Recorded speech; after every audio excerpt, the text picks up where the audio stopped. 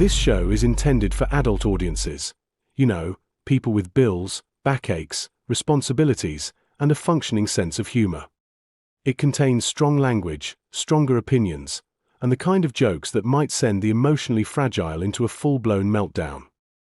If you're easily offended, perpetually outraged, or think words are violence, this is your cue to clutch your pearls, grab a blankie, and sprint to your nearest safe space. Or, you know, just get in the sea. We won't miss you. For everyone else, buckle up and let's have some laughs. Rated D for dickhead. You are coping and seething. You just can't accept what you're seeing. Hello, you dirty little boys. Are you interested in my body? I'm gonna come. Nice tits. A real set of badonkers. Packing some Doban Hunkeros. The power of one. The power of two. The power of man.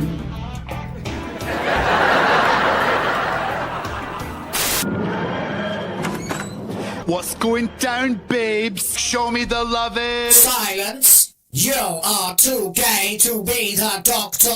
I'm wonderful, and I'm the most amazing person in the universe. Exterminate. These people are making a lot of money, print money, cash, Money, well, capitalism.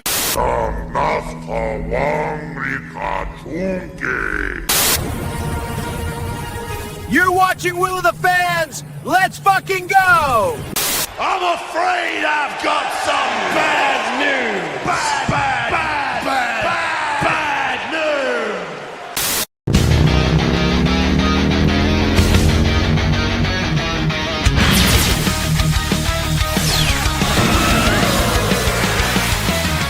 Engines roar through the ash gray skies. The wasteland burns, but hope won't die. Every screen's a twisted lie, built to break us, make us comply. They poison the heroes, rewrite the tales, turn legends to dust, leave us frail. But we're not done, we won't bow down. Through the wreckage, we'll take the crown. Steel hearts ignite, fire in our veins. Freedom's calling, breaking the chains. They can't erase what we already know. HyperDrive now, let's fucking go. HyperDrive time, we're burning the night. Blazing through shadows, our stories ignite. Will all the fans come ride with me as we laugh at foolish hypocrisy? HyperDrive time is now or it's never, as long as they rule. Let's fucking go forever. Forever. Oh, forever. Forever. Go forever.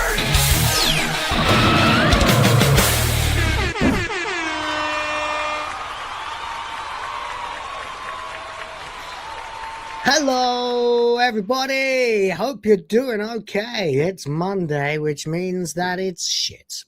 But that doesn't mean we can't have some fun because, of course, it's time again for a new week. It's time again for HyperDrive Time. Yes, straight out of hell, and welcome back to Will of the Fans. My name's Will. You know the drill by now. And it's drive time somewhere, which means it's HyperDrive Time theoretically everywhere. So, ladies and gentlemen, and nothing in between, welcome back to another voyage of discovery, racing through the wastes of the internet to the further reaches of your sanity on a never-ending quest to rid the universe of absolute bollocks. What the hell is even that? I know. I was as surprised as you. Yes, indeed, we will be going through an awful lot of internet cringe, an awful lot of internet clunge, and, you know, a fair bit of laughter along the way. So I hope you're here for it. I hope you have already remembered to like the stream. Come on, class, like the stream. Hit that like button. Come on, let's do it. Let's do it together. The stream.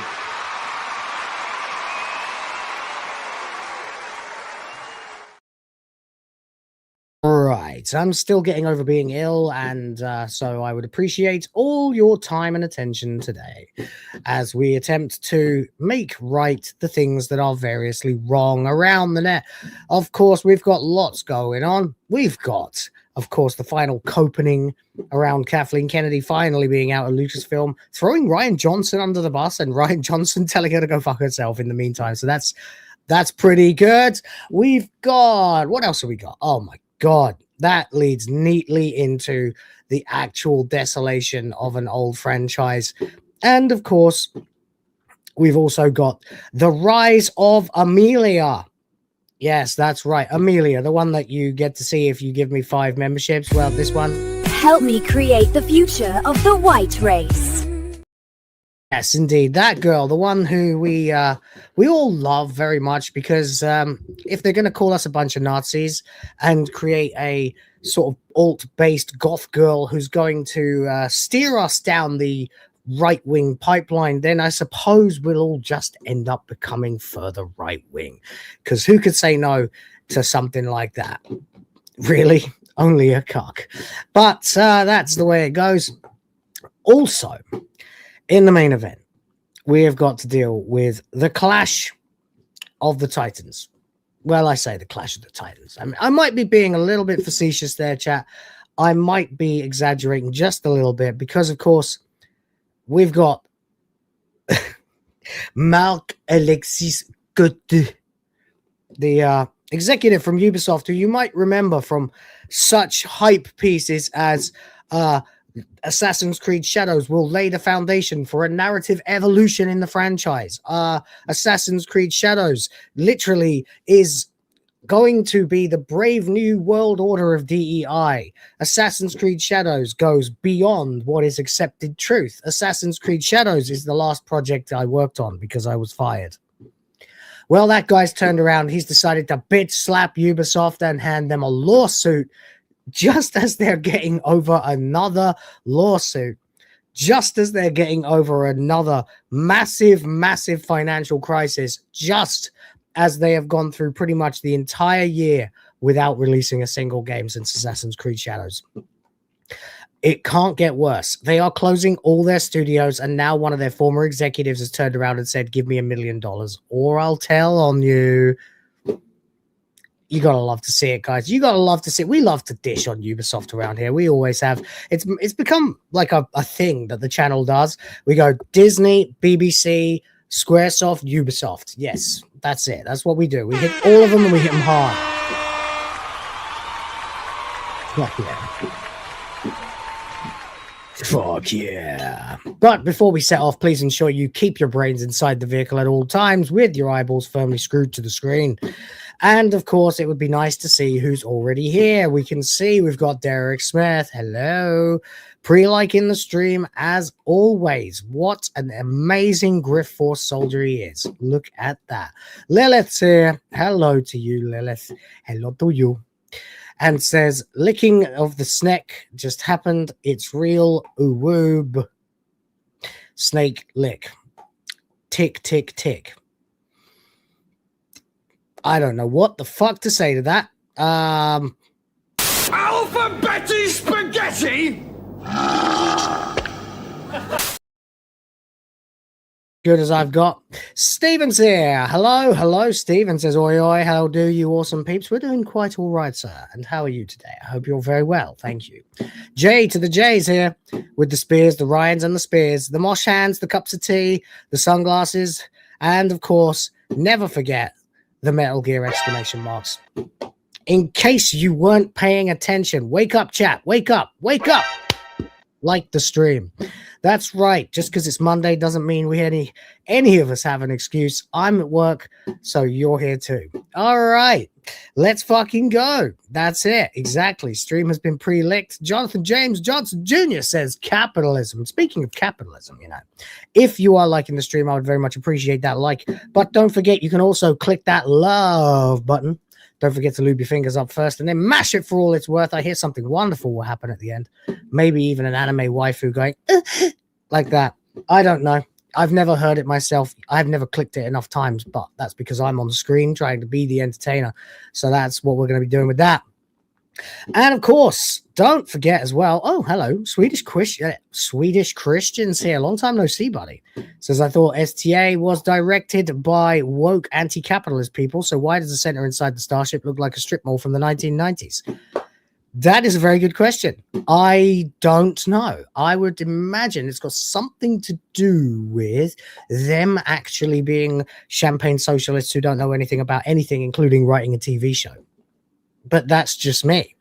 Indeed, we will be talking, of course, as well about Star Trek, Starfleet Academy.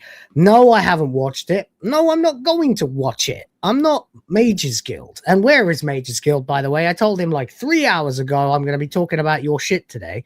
Are you coming? What the hell? But oh well, there we go. Anyway, at least JJ's here for the mods. Appreciate you, brother. Also, thoughts with James OP. Unfortunately, going through a bit of a unfortunate situation today, and we'll be right behind you there, brother. So I don't know if he'll be around, but we're all with you, mate. Yeah, I don't know why it looks like a strip mall. Well, I'd imagine it's because they don't have a clue what they're doing. I mean, that's the thought that springs immediately to mind. I can't imagine it having some plot or narrative sense at all, because they don't know how to deliver something like that. So why would they? Then, of course, we've got Stephen. Oh, I was meant to like the stream. I've been licking it all this time. Silly me. Yeah, I know, right? I know. Well, you learn something new every day. The 5 horsemen of the apocalypse. Indeed. Indeed. All right, we're going to get into it. So we have plenty to talk about today. As you can probably tell, I'm still a little hoarse. Not great on the voice today. Doing a solo stream for 2 straight hours, maybe even longer. We'll find out, because of course your in-flight entertainment can be found by hitting the join button and joining the GRIFT force, which helps to keep the ship in the skies. And of course, don't forget, if you would like to help me as I attempt to help you, and if you have any questions or comments, or you just want to pull over for a second, don't forget to tip your driver. If we can fill the limit bar, that's $100. I will extend the stream an hour, plus boobies, plus heart piece. So then we get closer to another game of Jackbox. All of that is very possible. If we fill it twice, then I add 2 heart pieces, more boobies, and another hour. So we'll see. We'll see how it goes. We'll see how it goes. I got plenty of backup topics. Plenty on the back burner. I've been a very busy boy collecting topics I didn't have time to talk about in the last week. So we'll get into that. But before we do all of that, let's talk a little bit about our favorite gal, the girl who has become the meme for the alt-based movement of the UK. It's Amelia, ladies and gentlemen. Amelia.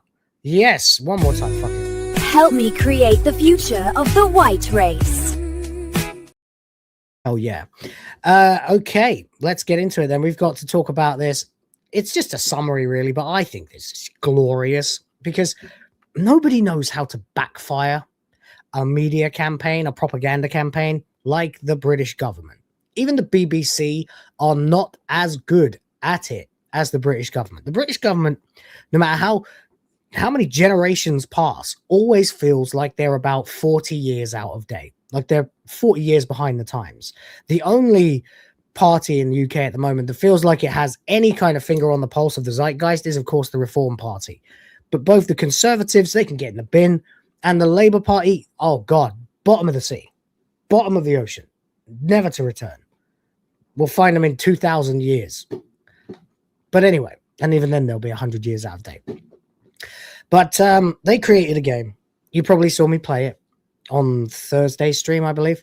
It was called Pathways, a point-and-click adventure where you are a student going to school, hanging out with his friends, etc., in the United Kingdom. And you get given a series of choices, and at the bottom of each choice, there is or option list, there is a choice to dive further and further into the I love my country, I like being white, I'm not ashamed of who I am movement, which we'll call alt-based because it certainly ain't right-wing and it's definitely not left-wing. So I'm not sure what it is. It's basically just love me home country, love me mum, love me kingdom, love me pub. Fuck off. And that's probably why we've ended up with our own version of Vivian James, our own Gamergate goddess ourselves, in Amelia. Amelia has taken over the internet. The UK government AI avatar ruins internet nanny efforts out of Europe. Indeed. Of course, everybody who voted to get out of the EU will be well aware that all of this top-down, bloated, left-wing government styling comes directly from Brussels, which, of course, gets its information and its motivations from Davos. So, you know, they can all jump into the ocean themselves. I'm happy to give them a concrete swimsuit if they'd like. Yeah. Certainly they don't belong on land with the rest of us developed creatures anyway. They would force us all into change. You know, you'll own nothing and be happy. Here, live in the pod, eat the boogs, all that stuff. But if you don't like that, then Amelia represents you. And this is Amelia. Well, it's not actually Amelia. Amelia is a bad piece of clip art, basically, from the game. Just this usual kind of tacky, sanitized, edgeless, cornerless artwork where it's just shapes plastered on top of each other like early Flash animations with no outlines or any kind of details on them whatsoever.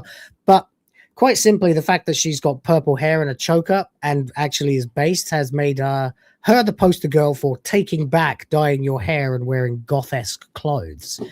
But also, it's given rise to a whole load of memes. As you can see here, someone's actually created a real-life Amelia using AI. And I got to say, she looks uncannily like my ex-girlfriend from about 20 years ago. It's really, really strange. I was once dating a girl who looked really, really, really like this, except her hair wasn't purple. Well, not at the time when I was with her anyway. And yeah, kind of weird. To be fair, kind of wish her fringe was a bit longer, but that was the same with my ex as well. But hey, there you go. Anyway, sorry, UK government. It turns out your avatar of awful is actually someone everyone wants to love. And you've probably seen the videos before already. There was a nice video of her, a compilation of AI clips that someone put together. They claimed that they told the AI to be Amelia, to just become Amelia and behave as Amelia in an AI video. But of course, we all know how Grok actually works, and it only works in 6-second clips. So it didn't exactly make sense what we were told. But for those who haven't seen it, I actually did retweet it. And we'll take another look. Why not? Fuck it. We got time. Here she is. Ladies and gentlemen, Amelia. Hi, I'm Amelia. I'm English, and I love England. I like having fish and chips and a pint at the local pub. Hell yeah. I like Shakespeare and Dickens, Tolkien and Lewis, Harry Potter. I like pork sausage and dogs and fashion. Haram! Oh, no. Haram! Oh, no. But I don't like that. Brits are famously polite, but it mustn't mean we're willing to commit cultural suicide. Our institutions, the Church of England, the BBC, are a bunch of queers and nonces. How the bloody hell did we go from Churchill to you git? Sadiq Khan, the mayor? This is London, mate, not Afghanistan. Or Star Wars. Our government won't even protect our schoolgirls from grooming gangs. Sod off, packy wankers! The police won't help. They're too busy confiscating garden tools and suppressing free speech. That's right, miss. He looks like James Corden. What have I done, officer? You've tweeted rudely and you're under arrest. Curry is fine, but we have several recipes already. We don't need 2 million Indians here to make it for us. There are 50 Islamic nations in the world. Muslims don't need to be on our island. They want to conquer it. The government says it must be this way. That doesn't make it right, does it, Robin Hood? These dragons that threaten our England won't go away unless brave knights rise up to slay them. Or did all the British bloodlines with any bollocks get killed off in World Wars I and II? Englishmen! It's your country, and it's being taken from you. Chav, posh, doesn't matter. We're already all in this together. I don't want this to be the future of the women of England, and I'm sure the women of Iran and Afghanistan didn't want it either. Your ancestors beat the Spanish Armada, Napoleon, and the Nazis. Surely you can handle welfare tourists. History will record what you do or don't do. Get cracking, lads. Love, Amelia. Hell yeah. I really enjoy that video. I really do.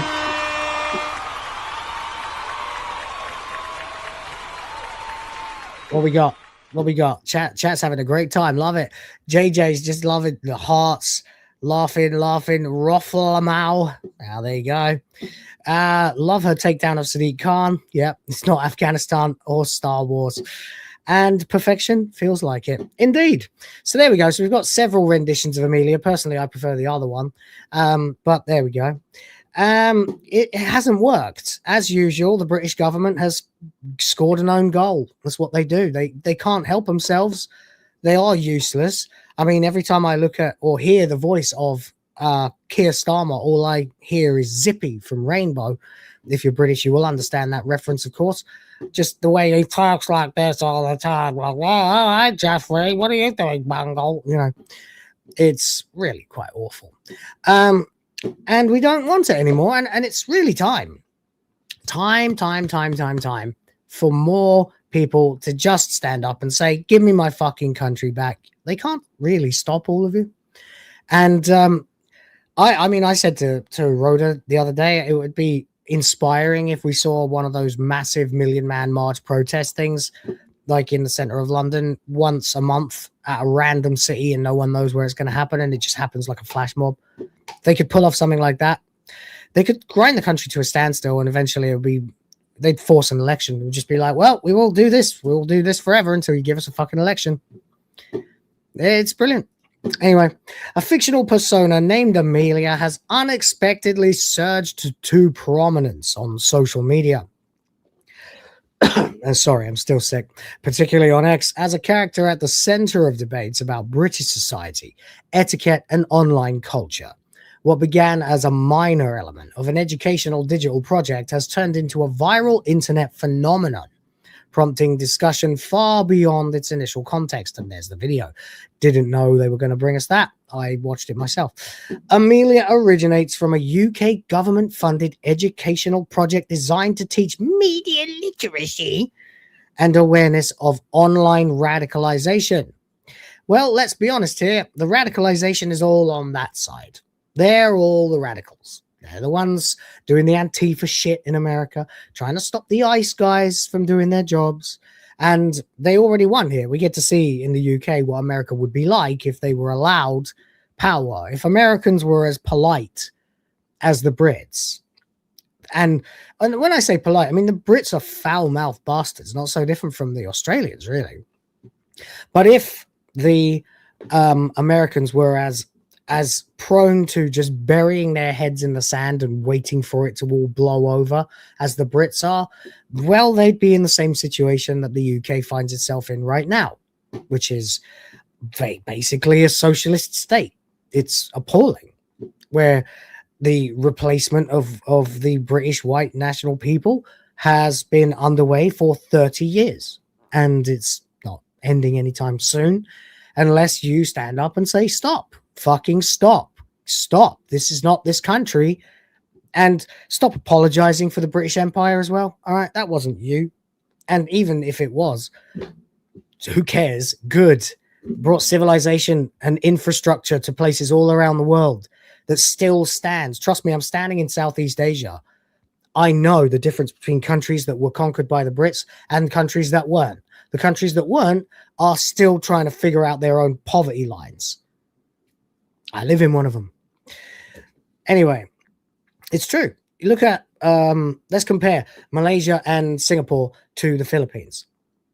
Philippines conquered by Spain and America and China. And, you know, there you go. It goes on. At no point conquered by the British. Infrastructure's garbage. Like, they're still living like 500 years ago in terms of their Catholicism. Yeah, lovely people, but the government is corrupt as fuck, keeps them all under the poverty line. You have to try really, really hard or be born different to succeed in this country. Whereas Malaysia, Singapore, places like especially Singapore is one of the richest countries in the world. You go there, it's actually insane. It's like a cleaner version of the UK. That's crazy. But anyway, in the game, players encounter Amelia, portrayed as a purple-haired goth-style character, interestingly, who espouses views out of line with the UK government. Yes, she says that it's nice to be white, it's nice to be British, and we should go to protests and stand up for our national heritage. Jail her. The intent behind the design was to present a stylized caricature of online behaviors disliked by the authorities. Yet they even tell you, like, oh, Charlie has realized that the group he has become a member of might be illegal. Or he doesn't realize. Or rather, actually, the character is called Charlie, whether you choose a male or a female. And no matter which you choose, he or she has they, them pronouns the whole way through. Charlie has just discovered a new group. Shall they join it? Oh, for fuck's sake. Alphabeti spaghetti! Is sickening. It really is. So the idea is for users to recognize and resist the content. You're supposed to look at Amelia and go, oh no, she sounds really jingoistic. You know, she sounds like she's got national pride. She sounds like she's all about the white nationalism and stuff like that. It's like, yeah, she is. Yeah, there's nothing wrong with that. You know, last night of the proms, white nationalist. Yep, it is. Yep. So, are you going to call me a racist? Okay. I don't care. I don't care. However, the character's aesthetic and presentation didn't resonate with players as intended, instead of being seen strictly as a cautionary example. Amelia's design, amplified through AI art, memes, and stylized interpretations, drew enthusiastic attention from online users. Some began to recast her as a symbol or waifu figure. Can I get 5 subs? 5 memberships, that is. Christening her with fan art and alternative narrative arcs that starkly contrast with the project's original educational purpose. Indeed, they do. I mean, the thing is, they don't actually. It's kind of not true. There's not really much about this that I'd say is actually contrasting. All they've done is made her more of what they make her in the game. Like more so. Like more brazenly pro-Britain. More brazenly Britain first. More brazenly it's okay to be white. More brazen about everything than she actually is in the game. And she's pretty brazen about it in the game. Yeah. Anyway, there we go. It's fucking crazy. So they haven't actually made her contrast with the project's original educational. Well, that's difficult to explain. Yes, it does contrast with the purpose of the character. She's designed to be a villain who steers you down the wrong path. What they've actually done is create someone people have gone, yeah, okay, yeah, I like her. Let's celebrate her. She's a great character. Well done. Great job. You've given us something we can use as an icon against you. So in that way, yes, it contrasts with the purpose by only heightening what they created. Imbeciles, frankly. Absolute idiots. 1 second, I just need to...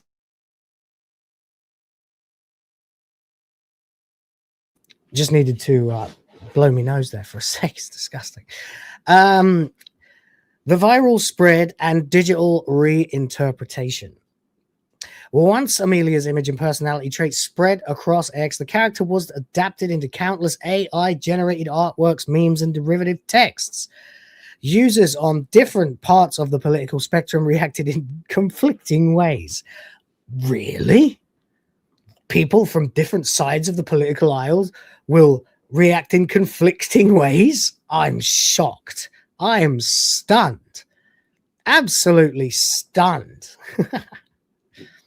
So, Know Your Meme has it here. Now, there you go. That's what she looks like originally in the game, because the art style is just disgusting, frankly.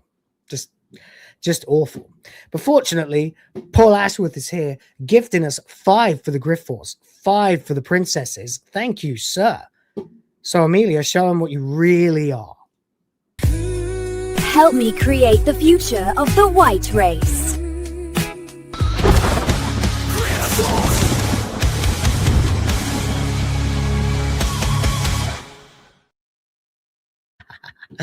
Thank you very much, sir. Appreciate you for that. That is much appreciated. So yeah, that's Amelia as she is in the game, and we can compare her to literally someone else's artwork that I took and animated to help me create the future of the white race. I could have created her myself, I suppose, but that was too perfect already, so I just made her better. Just put her in a different background and made her move. That's it.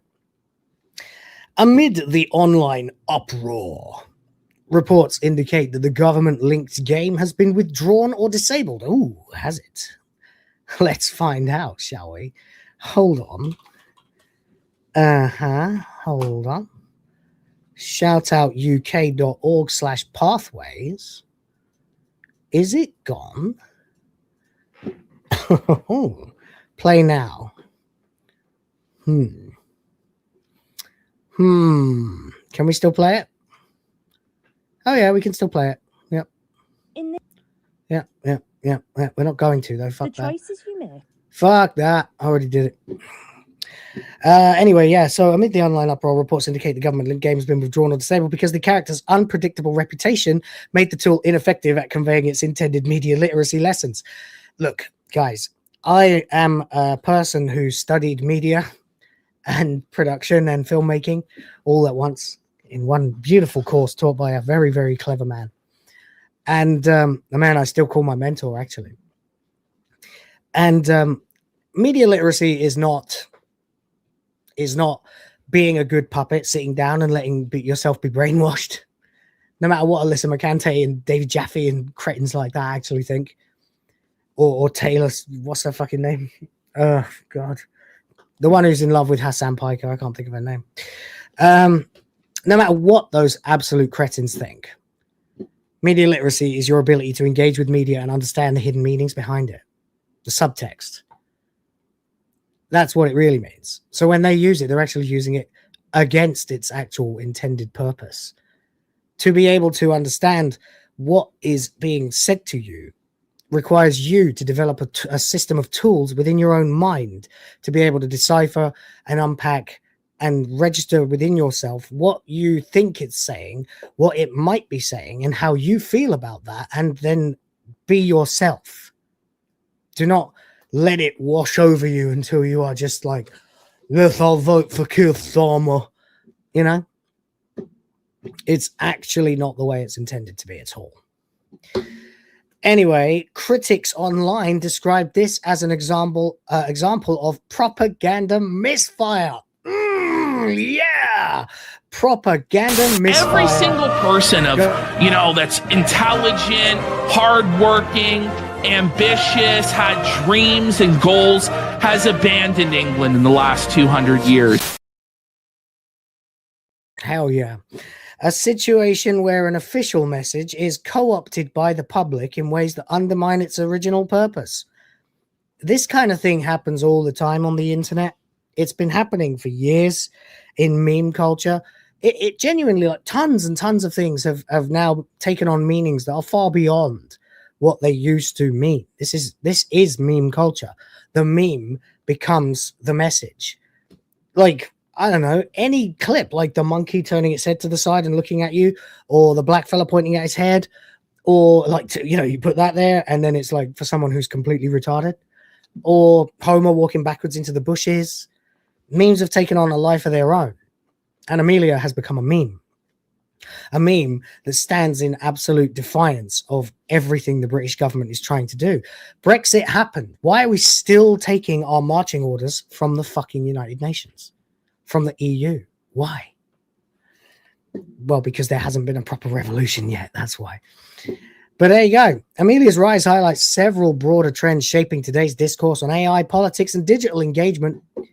AI and digital culture can rapidly reshape institutional content into cultural symbols that carry meanings independent of their creators' intentions. Hello. That's exactly what I just said. Public engagement with social issues online often involves reinterpretation and remixing, particularly when characters' narratives have striking visuals or personality traits.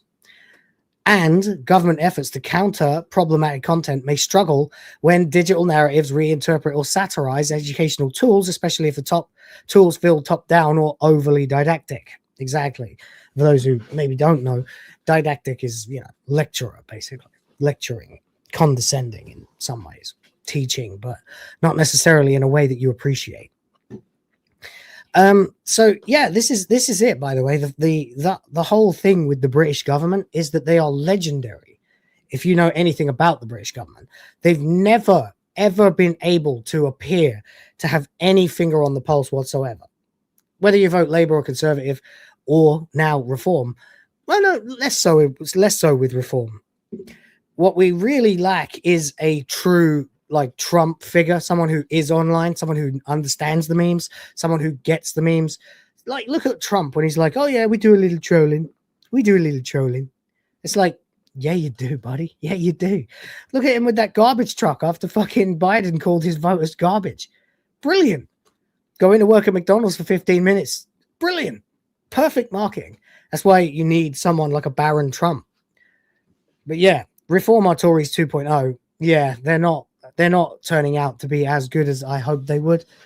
What you really need is basically a Guy Fawkes at this point, but without any violence would be nice. And just basically overthrow the whole system. I mean, I've always been pro-monarchy because I thought it was a benign, harmless thing that, brought in tourism. But honestly, if we have to get rid of them just to bring back the tradition, fine, whatever, I don't care. You should be able to buy a pint in a pub with less than a £5. Anyway, Amelia matters, and why Amelia matters today. What makes Amelia more than just an internet joke is the way her story exposes the challenge of controlling narrative in the digital age. A character initially built to discourage engagement with online extremism became a viral subject of exactly the kind of communal discourse that educational campaigns aim to shape. Whether she becomes a forgotten meme or a lasting symbol of digital culture remains to be seen, but her current prominence on platforms like X reveals the fluid and often unpredictable intersection of AI, politics, and popular culture. It's, again, just like Dustborn. The game funded by a European Union grant, Amelia might just be one of the biggest eggs in the face of European and British leaders looking to take control of young minds. It turns out people love Amelia, even if you're supposed to be disgusted by her. Exactly. And I'm going to play that video again, just for you guys, so you can enjoy it again. While I take a quick step to go clear my throat. I'll be right back. So bear with me a moment. And here you go. Hi, I'm Amelia. I'm English, and I love England. I like having fish and chips and a pint at the local pub. I like Shakespeare and Dickens, Tolkien and Lewis, Harry Potter. I like pork sausage and dogs and fashion. Haram! Haram! But I don't like that. Brits are famously polite, but it mustn't mean we're willing to commit cultural suicide. Our institutions, the Church of England, the BBC, are a bunch of queers and nonces. How the bloody hell did we go from Churchill to you git? Sadiq Khan, the mayor? This is London, mate, not Afghanistan. Or Star Wars. I'll get it back. Our government won't even protect our schoolgirls from grooming gangs. Sod off, packy wankers! The police won't help. They're too busy confiscating garden tools and suppressing free speech. That's right, miss. What have I done, officer? You've tweeted rudely, and you're under arrest. Curry is fine, but we have several recipes already. We don't need 2 million Indians here to make it for us. There are 50 Islamic nations in the world. Muslims don't need to be on our island. They want to conquer it. The government says it must be this way. That doesn't make it right, does it, Robin Hood? These dragons that threaten our England won't go away unless brave knights rise up to slay them. Or did all the British bloodlines with any bollocks get killed off in World Wars I and II? Englishmen, it's your country and it's being taken from you. Chav, posh, doesn't matter. We're already all in this together. I don't want this to be the future of the women of England, and I'm sure the women of Iran and Afghanistan didn't want it either. Your ancestors beat the Spanish Armada, Napoleon, and the Nazis. Surely you can handle welfare tourists. History will record what you do or don't do. Get cracking, lads. Love. There you go. Beautiful. I love that video. It's fucking great. I'll be honest. At first, when I saw it the first time, my plan was to make something basically exactly like it, and then I was like, well, no need for that. Then someone's already done it. Although I still think I could make a music video of it. Maybe. We'll see. I don't know. What do you guys think? The Overton window has definitely shifted a bit. Yeah, shifted back a bit, yeah. There's a growing tide of people who are just damned tired of this top-down politics shit. It's funny. You can see it everywhere, too. Every time you watch a Hassan Piker stream now, and you just watch him just crashing out over losing power and influence constantly every day, losing a little more power and influence to the free thinkers of the world, all of whom, it turns out, tend to lean right. Not sure if that's just because left have become out of control right now. I feel like there's a pendulum mechanic and there's a certain amount of freedom of thought that swings both ways, one way, then the other, then the other, then the other, depending on what's required to maintain some kind of homeostasis. And that's kind of where I sit, actually. I actually only just recently took a political compass test just because I've always tried to keep an idea just for the last sort of 6 years or 7, 10 years maybe. I've been sort of interested in this, and I just wondered where I actually sit. Turns out 1 notch to the right and 1 notch down. So centrist, right, libertarian-ish, slightly, but basically centrist. Yeah. I didn't realize I used to be much more liberal, much more libertarian, and these days I guess I'm not. I guess I've just seen what unchecked imbecilic behavior will get you as well. So I don't think authority is the right answer at all, though. I hate authority. But there we go. Anyway, let's go, Amelia. You absolute freaking legend. And thank you very much, by the way, to Paul Ashworth for the 5 memberships in the middle of that. I appreciate it. If we can get to the goal, if we can get this limit bar filled, we're roughly about 15% at the moment. By the end of the 2 hours, I will extend and react to some more stuff for you, as well as, of course, the boobers. So thank you. But before we get into that, it's time to talk a little bit about Le Star Trek, because this is utter BS. MagesGuild, who I was hoping would be here today, but who isn't, shared with me a clip not that long ago of this show and what it has become. And I was frankly actually stunned by it. And I've seen plenty of really plenty of footage of insane shit that's come out of Star Trek in the last 10, 15 years or whatever. And I've never been quite as incredibly surprised as I was when he played this clip for me. I'm just trying to find it again so I can show you guys. I wasn't going to play it, but I've just sort of decided to on the fly. Bear with me a second, and I will get it where I need it to go.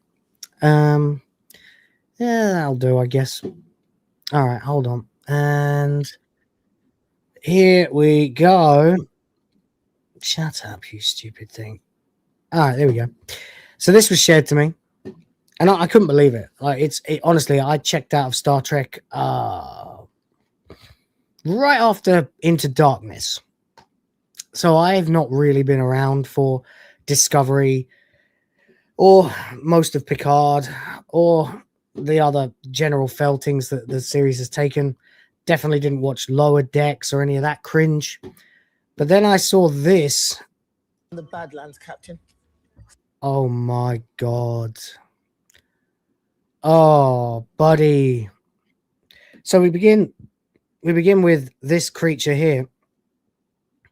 A fat, whatever species that's supposed to be, sitting, out of shape, somehow still on the Starfleet, on the bridge of a starship. Obviously played by a woman of couleur. Then we got elderly frump captain here, who I'm told sits in her chair, in her captain's chair, like Elle with her shoes off and her like feet on the chair. I'm like, what the fuck? Sit with some command, you bitch. You're the captain. Anyway. Badlands, Captain. Subspace instability may be creeping in, and where the Maybe creeping in. Right, subspace in. Yeah, it might be creeping in, Captain. Yeah, all right, in it. We got to do something about this, in it. That's to chart it. Then we get fucking Rosie O'Donnell arrives. Oh God, looks like every single lesbian in the Philippines, apart from their girlfriends, who all still look like girls because they're not really lesbians. They're just not ready to be on the dating market yet. This would make an. Oh my God. Oh my God. Oh my God. So you may have noticed at this point, right? That, and this is how much you can dissect. I haven't seen a man in this entire scene. Not a single male. And we're the first to chart it. This would make an excellent practical study module for the Spatial Harmonics Lab, Captain. Shut up, you fat bitch. And what does the captain say? All right. Well, let's not turtle the ship on our first run. The Badlands. Let's not turtle the ship on our... Why is she doing the Doctor Who thing of just putting on brainy specs, by the way? Why does she need glasses? Two fat bitches and an old chick who needs glasses on the helm of a starship. Are you fucking kidding me? Outrageous. This is not Star Trek, man. This is, I don't know, Dyke Wars. That is full nasty, right? Yeah. There's nothing about this that's not offensive to the eyes. Lab, Captain. All right. Well, let's not turtle the ship on our first run. Let's not turtle the ship on the first run. Captain, maybe you need to go lie down, you know, shake off that bottle of vodka you obviously drank right before having a stroke before coming to the bridge. Let's not turtle the ship on the first run. It's like me going, hello, ladies and gentlemen. Welcome to HyperDrive Time. Good show for you today. We're gonna talk about some topics and just have a good show. I'm not Ethan Ralph, okay? You know, why have you got a drunk old bitch as the captain? Turtle the ship on our first. Let's turtle the ship on our. I think you mean total the ship, darling, not turtle the ship.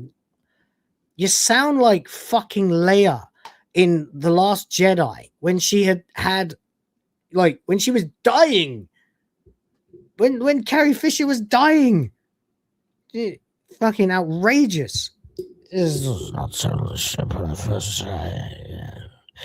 This is gonna be a good opportunity for us to do some space stuff, you know, whatever. I don't know. Just make it so whatever. Fucking hell. Fucking hell. Oh, it's terrible, guys. It's terrible. I genuinely like the juxtaposition from the last time I watched Star Trek to this is fucking mind-blowing.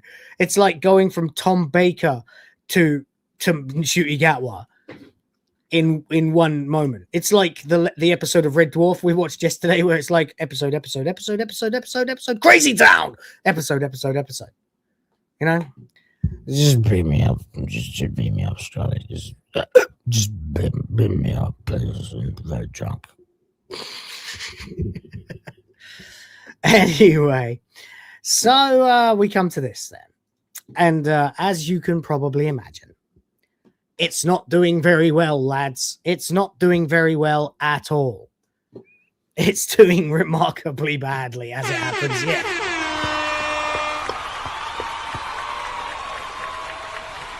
Oh, yeah. Oh, yes.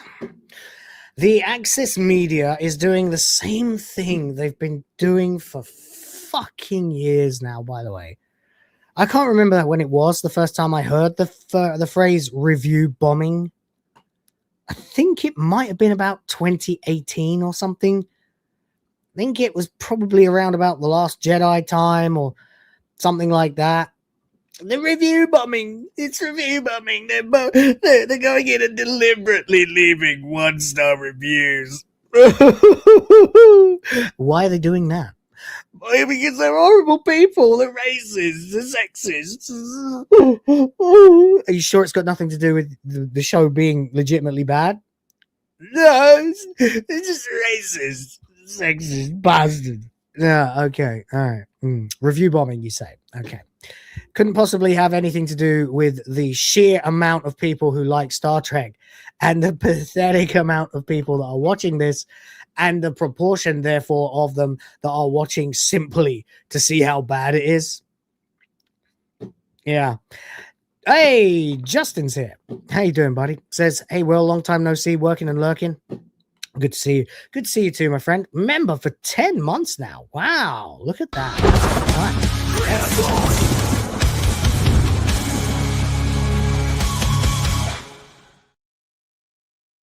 Absolute legend. Justin joined up during the Suikoden run of the last, it was about 10 months ago, actually. Yeah, March time, 2025. Yeah. God, it's been that long. Fucking hell. I had to play more games. I need to play more games. All I played last year was the Suikoden games, Expedition 33, a bit of Doom. Tried to play Wind Waker, but wouldn't work. Something else too. What else did I play? Can't remember. I got loads to start doing, but I can't work out a time that would be the best to stream games. So I'm not sure yet where I stand with all that. Maybe I could stream a game for a couple of hours. Oh yeah, Metal Gear, of course, Metal Gear. Yeah, still haven't done my my Foxhound run. But there we go.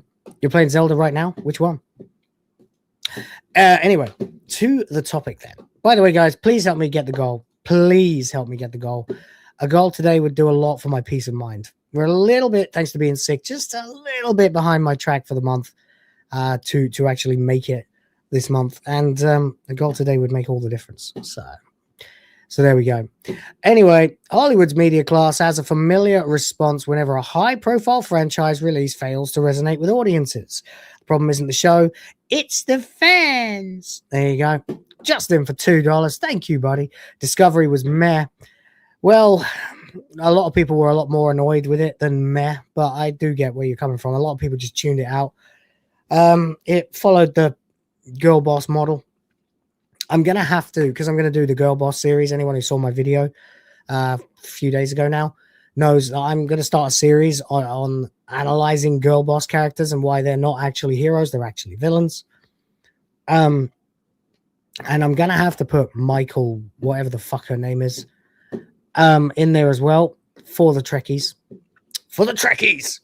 But Picard and Strange New Worlds are good.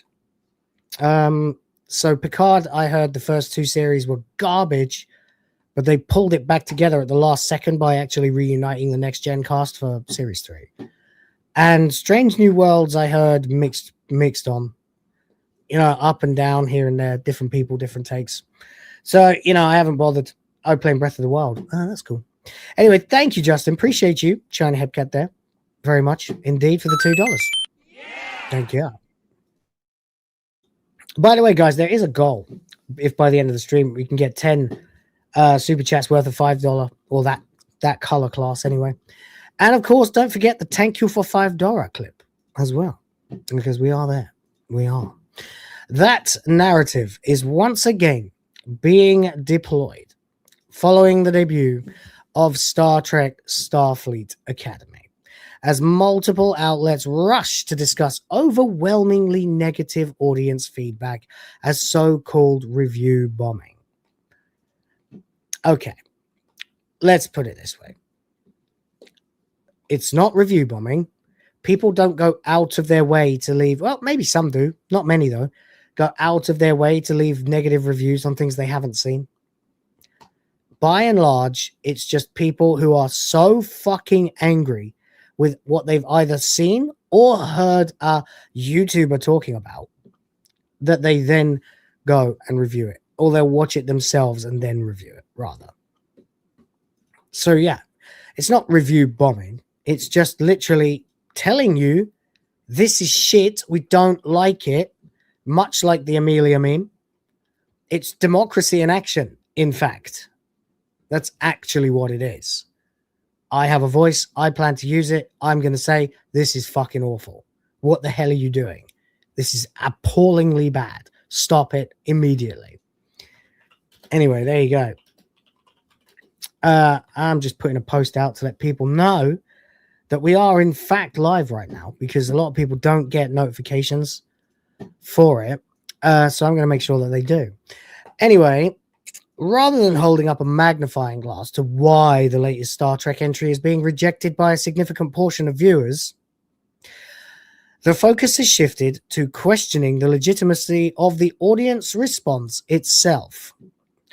The result is another case study in the growing disconnect between professional entertainment media and the consumers. I think you'll find the term actually is customers that they claim to represent and serve. So, yeah, get wrecked, basically. It's mad. It's madness, actually. Madness. But there we go. Yeah, a widening critics audience divide. Well, I mean, this has been the same for a while now, actually. As of this writing, Star Trek Starfleet Academy holds an 87% critic score on Rotten Tomatoes. Its audience score, however, sits at just 43%. Now, I gotta see this for myself. A 44-point disparity between critics and viewers is not a rounding error or statistical anomaly. It's a fundamental split in perception. How many times have we seen this? How many times have we seen this exact situation play out? I don't even know anymore. So many times. It is actually staggering. We've seen it with Marvel movies, Star Wars movies, absolutely loads of stuff. Absolutely loads. Geek Galactica says, William, a couple of months ago, I stopped getting your notifications. I'm getting them again now, and it was an original gifted membership that brought me back to the channel, thanks to the heroes out there. That's why you got to gift more to the Grift Force, guys. Thank you, and thank you so far to Paul Ashworth for gifting the 5. I do appreciate it.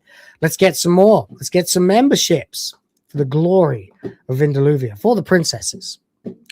Princesses are my daughters, by the way, if you've been away for a while. I've had 2 babies. Well, there you go.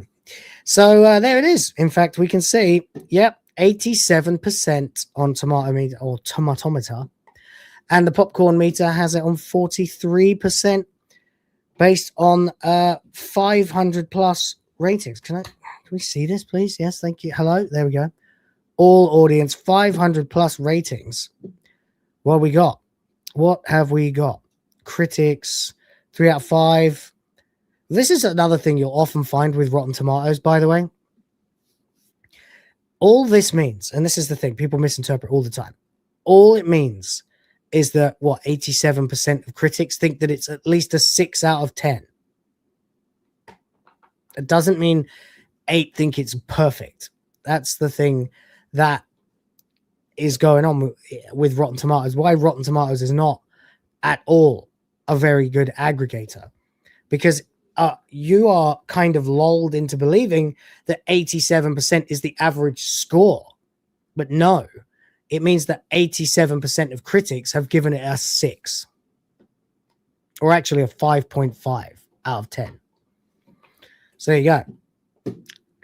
Starfleet Academy is not a particularly serious story. When the show wants to be funny, though, it is. Blah, blah, blah, blah. Funny. C-. This is crap. All right. You know what? It doesn't matter what critics think anyway. No one cares about the fucking critics. Let's have a look at the audience. 5 stars, 5 stars. Everything I could ask for from a Star Trek TV show. If you're going to San Francisco, what?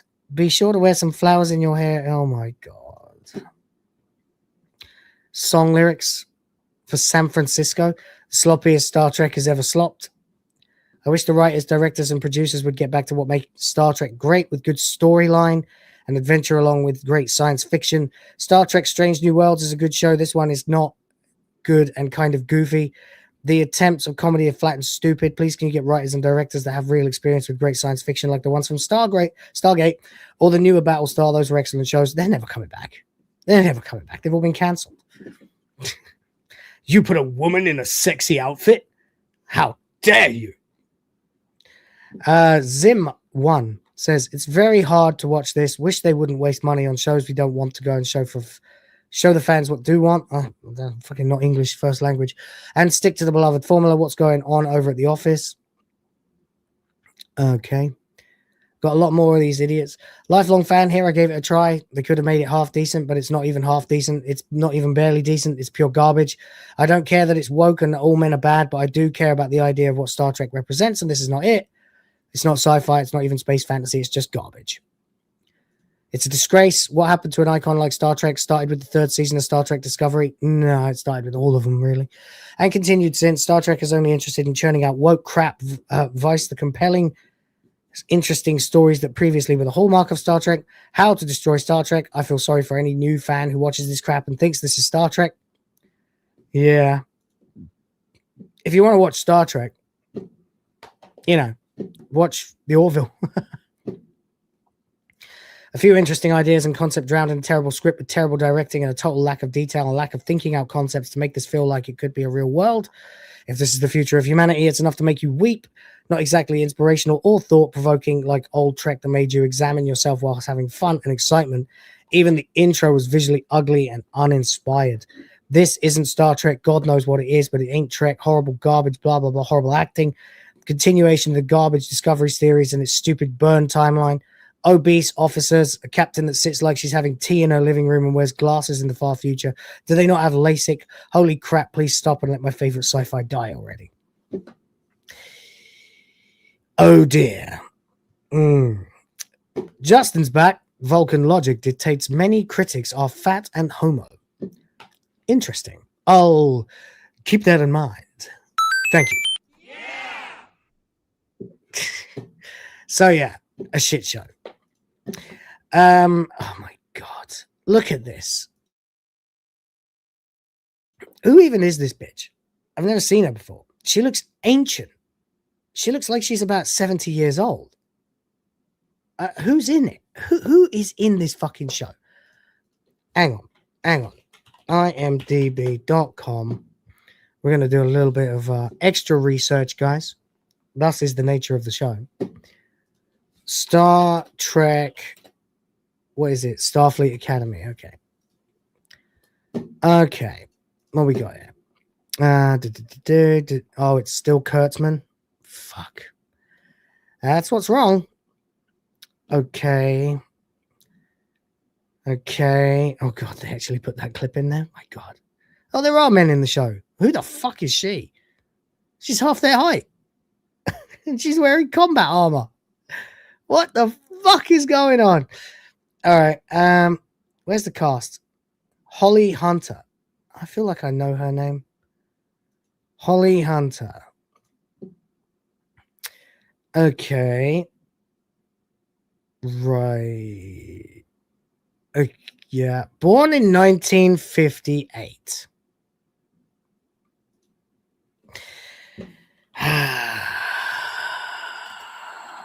My God. So 1958, that would make her 67 years old. Nearly 68 years old. So I was actually right on the money when I said she looks 70. Yeah, she's not turtle the ship. Let's not turtle the slip. Let's not turtle the slip on our first go. 70 years old. You've got a 70-year-old woman as the captain. This is fucking outrageous.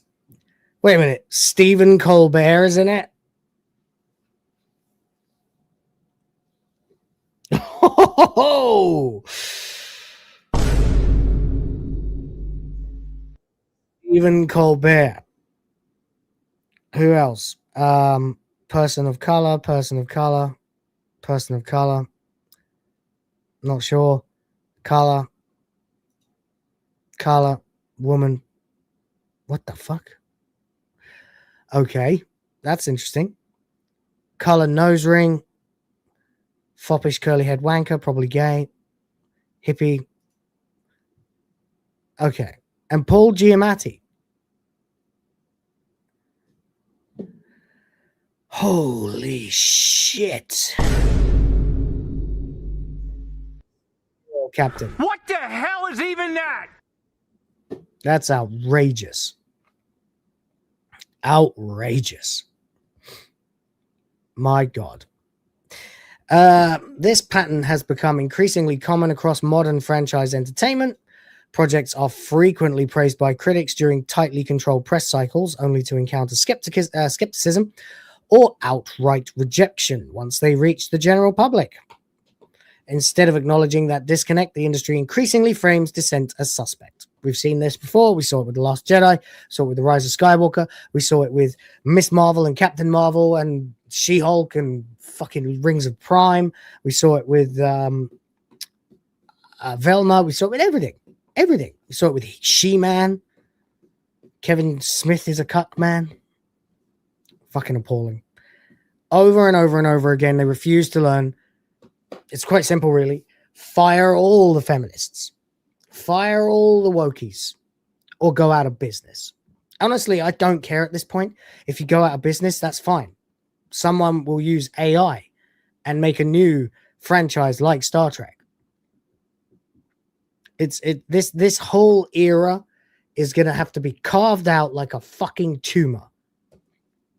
And it will. It's just the same as how I and Fake Wizard are vocally waiting for AAA to burn to the ground in the gaming sphere. We just are. Just like they can't do it. They won't do it. They'll never learn. It's beyond them to learn. They're too ingrained in the socialist bullshit. They're too ingrained in cultural Marxism. They can't get free of it. They never will. And they'll be terrified of losing investors because of not committing to what they call it, stakeholder capitalism. Thank you, Klaus. It just won't get better. It will continue to get worse and worse and worse. Instead, what we should be doing is working on our own stories. I have a novel. I was hoping I could adapt it into a comic book, but I don't have the budget for that. And I'm not sure whether to use AI or not, but I might just rewrite the novel and release it. Anyway, and I'm also working on that game, of course, although honestly, the game is taking way too long because I just don't have time. That's why tier 2, the secret tier 2 of the stream is if we ever double the goal, I'll go live for an additional hour and just work on the game. But there we go. Anyway, review bombing as a narrative shield. The term review bombing originally referred to organized efforts to artificially manipulate review scores, often disconnected from the content itself. Yeah, I suppose. But the actual reality is that that's almost never taken place. In recent years, however, it's been repurposed into a catch-all explanation for audience dissatisfaction. Look at this. Look at this. What is this? What has this got to do with fucking Star Trek? Jesus Christ. Okay, so you had Michael Burnham. What do you do now? Well, we need to be more diverse than Michael Burnham. How can we do that? Let's see. We need to tick more boxes. Let's make her fat. I sure hope somebody picks up that phone. Do what? Because I f***ing called it! Outrageous. When viewers responded negatively in large numbers, the label is applied reflexively, even when there's no evidence of coordination, automation, or external campaigns. No, it's total apathy is what you'll see. I'm actually surprised it's even getting reviewed at all, because there's total apathy. You've got 500 people here writing this is utter shite, all in very different and diverse ways, by the way. You saw some of those reviews. At no point did I see repeated terms. So there we go. Use the AI on the first chapter of your novel and see if you like it. Why not? Nothing to lose. I suppose. I've already written the first chapter, though. Thing is, I've actually got to do a major restructuring of it. I started it 20 years ago and only sort of last wrote on it about 8 years ago, and it needs a total rework. Like it's far too naive the way I wrote it. It reads like it's pulp, but it's meant to be more serious than that. And actually, now that I'm double the age I was when I started writing it, I'm like, know, actually, I've got some new ideas, some better ideas, some big ideas. So there we go.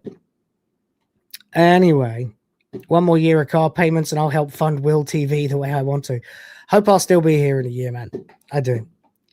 In practice, it functions less as an analytical conclusion and more as a rhetorical shield. We've seen this exact scenario play out with many progressive studio projects from Snow White and the Marvels to Stranger Things and The Last of Us.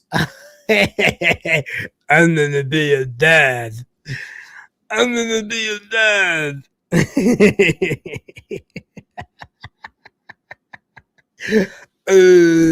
Me shoot gun.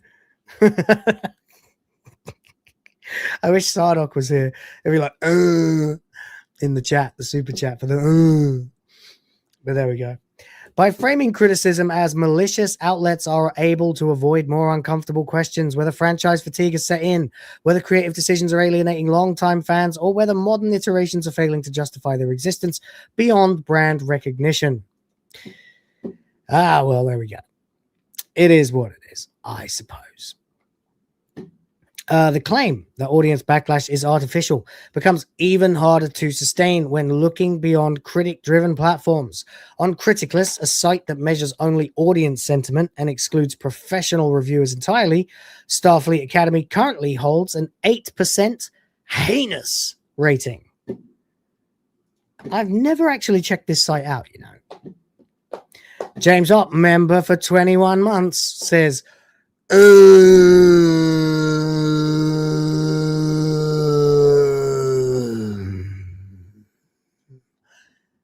thank you, buddy. Appreciate it. Let's go, Griff Force! Doing it for the princesses!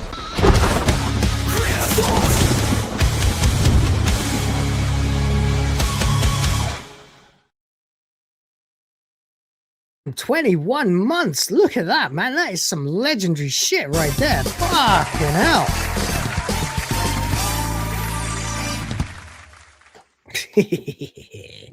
Thank you, guys. James, I hope you're doing well, my friend. I know you told me what you were going through at the moment, and been there. Not fun. Good to see you, sir. Anyway, top mod, James Op. Big love. Credit to the channel. R2's here for £5, says here is $6.71, 2/3 of which can go towards game devs or princesses, whichever is most deserving. You know, maybe I should just do a Patreon or something that pays me the whole amount. Maybe you guys would like that better. I'd like that better. Maybe I'll do that. But in the meantime, thank you very much, R2. I appreciate you very much for the $6.71, and thank you for over $5. Thank you for $5.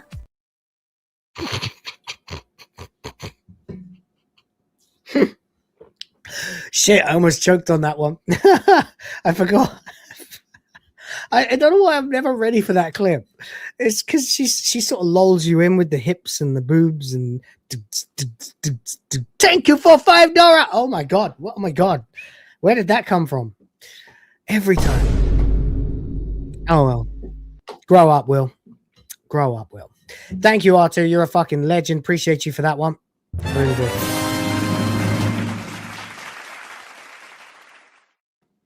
Every little helps. So this is Criticless then. I've never actually checked it out before. I've just never bothered. I've heard of it. But here we are. Yours, FWB. I'm not sure about that. Audience, 7%. Only 14 voters, though. So this is where we should be then, really, for giving reviews. This is what we should be looking at. 7%. My God. Can I click on this? No? Do I have to sign up for it? Create an account? Okay. Well, you know what? I'll get to that in my own time. Or maybe I'll just do it. Fuck it. Okay, here we go. Will of Defense. Come on. People are waiting. Learn to type. Phone number. You're having a laugh, aren't you? All right, fine. All right. Birth date. Good job this isn't on screen. Let's dox myself. Why don't I? Just go for it.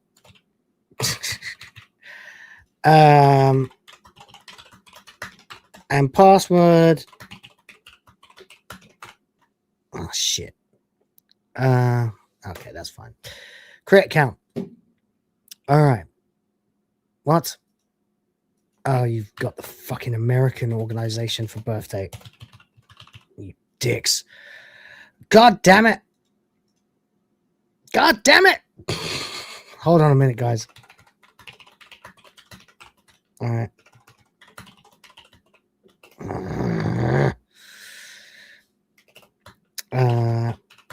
All right. Okay. I think I've got it this time.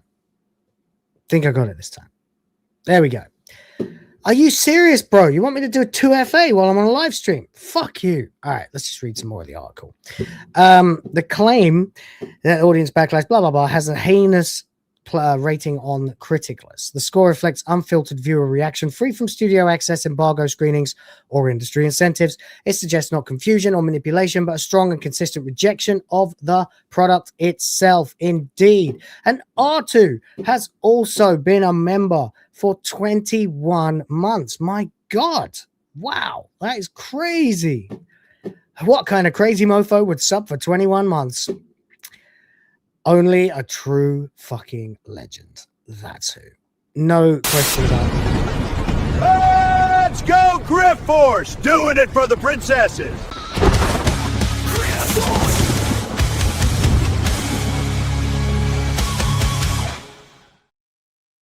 Did I receive the 2FA yet? Did I? No. Haven't received anything yet. My friend asking me for a link to the stream, though, but I can't be doing that while I'm in the stream, can I?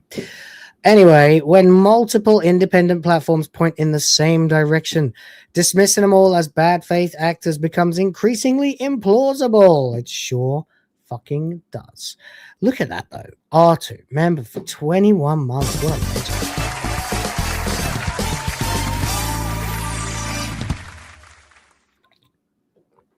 You've been a member since, like, the guys who've been here for 21 months. That's as long as I've been doing memberships. I don't think anyone is here for longer than that.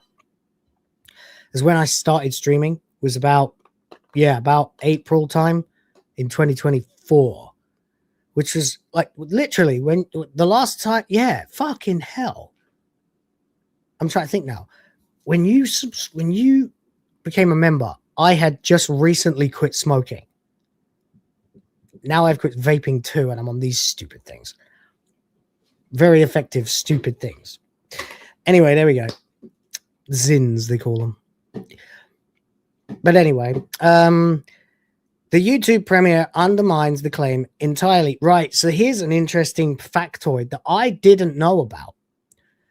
They actually put the premiere of this fucking show on YouTube. Now, that is a terrible, terrible idea. Barry Stroud is here. Has been a member now for 16 months. It says 8 password Snow White and the Seven Dwarfs. Right. Okay. Fair enough. Thank you very much, my friend. 8 character password? No. Actually, it's there's a lot of symbols in it, making letters, so no one will ever guess my fucking password. Yeah. Well, I say that. It's not a challenge. Okay, internet? All right. Just leave me alone. Fuck. 16 months, though, Barry Stroud, you bloody legend. Absolutely.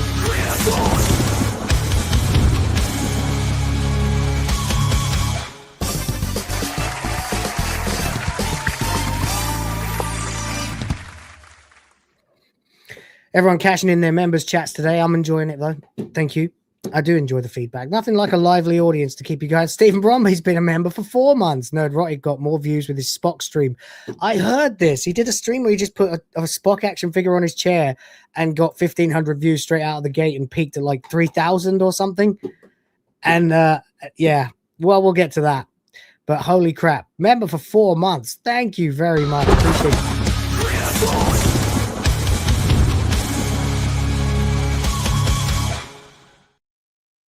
Okay, All right. So have we got a link to this? I want a link to it. I want to have a look. It's got to still be up, right? Unless they cowered it out and took it down. Star Trek, Starfleet Academy, trailer, series premiere, series 1, episode 1. All right. Let's have a look at it. Kids these days, we're not watching it. I'm not watching this fucking shite. Oh, whoa, buddy. Oh, shit. So, apparently, live viewers were, in fact, 1,300. I'm sorry, but when you've got just exactly how many subscribers do these channels have, I don't fucking know. Star Trek, 179,000. Paramount Plus, 1.98 million subscribers. Only 1,300 live viewers. I know people who get half of that with far fewer subs. So there we go. And that's awful. You should be aiming to like 2 to 5% of your audience watches your live streams. I mean, with me, it's like 1%. No, actually, it's about 2%. Yeah. Pretty awful. If only the fucking YouTubes would actually bother to share it out, I suppose. But they don't. It's very, very frustrating, actually. It really is. But there we go. Actually, I'm not even getting 2%. I'm getting 0.2% watching my streams. Awful. Anyway, there we go. YouTube, do your bloody job. But anyway, I'm not going to watch it, but we can have a look here. Live chat replay? No, I'm not doing that. 159,000 views after 4 days. Of them, 6.6 thousand likes. 20,000 dislikes. Oh, shit.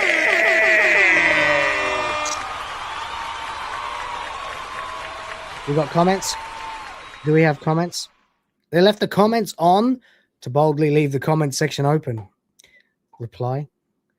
20,000 downvotes, by the way.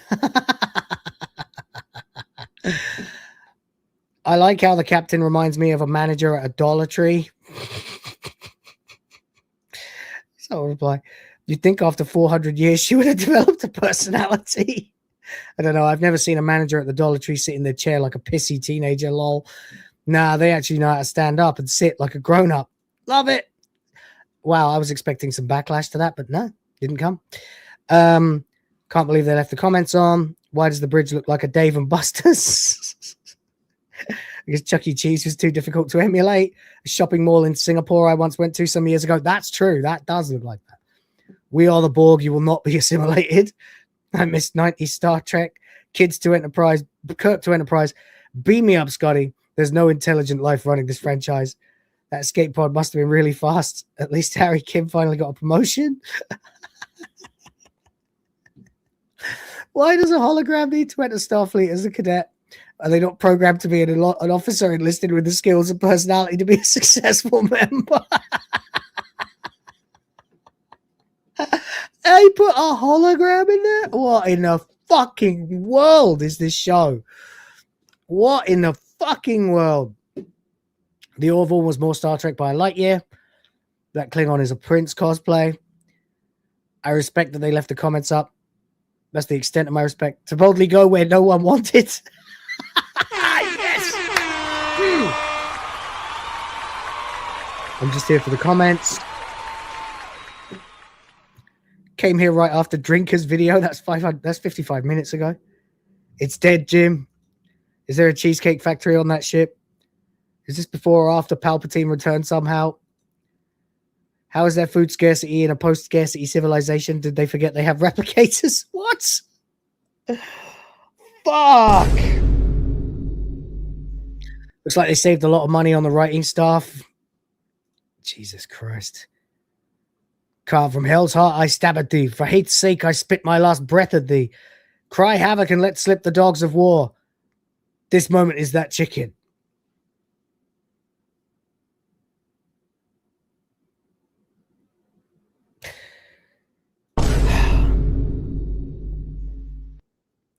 billion Trek fans cried out in pain and there was silence. Yeah.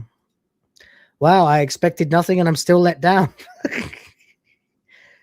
Older Trek remains more relevant because it paints a future built on emotional maturity, professionalism, and coherent ideas.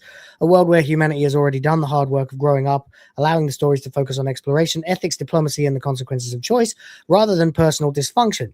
That framework resonates today because people aren't looking for more chaos or fragility. They're looking for models of competence, stability, and purpose in a world that often feels directionless. Roddenberry and Berman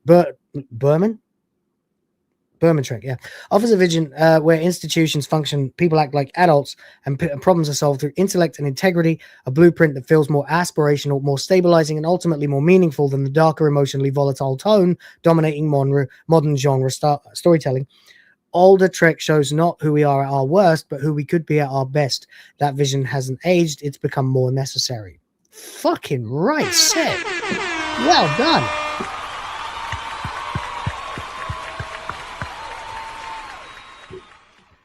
Absolutely. I can't wait to watch Starfleet Academy. The Borg would pass on this crew. She's dead, Jim. They clearly left the comments on knowing we'd all come here just to read them, and that would lead to the viewership figures being artificially inflated. Paused, scrolled to the comments at 1 second. Star Trek, The Breakfast Club. Fuck. They literally had the Breakfast Club of students, the hoodlum, the jock, the nerd, the princess, and the weirdo. They even had the mean dean who went around yelling at all the students. Holy shit. Admiral, I'm receiving whale song. Yeah, right. Did appreciate the humor. Did you? Are you sure? How often do students accidentally swallow their corn badge? That doctor didn't seem surprised. Is this some sort of out-of-season April Fool's joke? There are so many body positivity people that I'm amazed the ship even took off. All right, that's enough. That's enough. Wow. Wow. What a fucking shit show. Paramount Plus also released the premiere episode of Starfleet Academy for free on YouTube, a move presumably intended to broaden exposure and generate goodwill.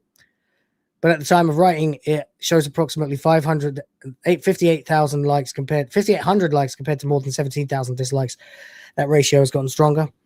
That translates to a dislike ratio of roughly 74.6%, meaning nearly 3 out of every 4 reactions are negative. Dear,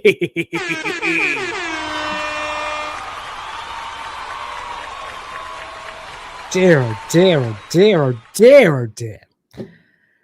This metric matters because YouTube reactions are immediate and low friction. Viewers do not write reviews, register accounts on specialty sites, or coordinate messaging. They simply react to what they've watched. There you go. Audience fatigue is not a conspiracy. Nah. This is the great mistake that they all make. They seem to think because they organize, right? And let's just be the adults in the room here and get this out of the way. These are leftists. They are 100% leftists. It's leftists that run the show, leftists that run all the media, and leftists that also support the Democrats, and the Democrats that support Antifa, right? Right. And don't pretend that that's not the case. That's not a conspiracy theory. That's provable fact. Absolutely provable fact. Okay, so with that said, this is textbook left. They organize. They create cabals. They create these enclaves of hate and very fucking right-wing chants. We got to get them, you know? Whereas the rest of us are like, hey, bro, how was that Star Trek? Shit. Yeah, I didn't like it either. You want to subscribe to my YouTube channel? Sure. That's as organized as we get. 5 YouTubers come together, form a little background chat and stream together. That's us, you know? You got your group chat. Hey, boys, how you doing today? Oh, yeah, I'm talking about this. Oh, I'm talking about this. Cool. Have a good one. See you later.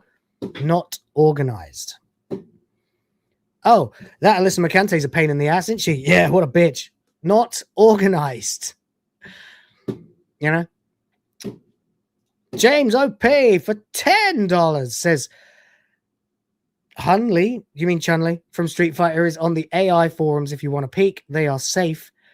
Oh, yeah, because I did ask you, didn't I? I said if I put in to your AI that I want a character that looks like a character from a thing, will it do it? On the forums. Okay. This might take me a second because I didn't actually think to bookmark the bloody forums yet.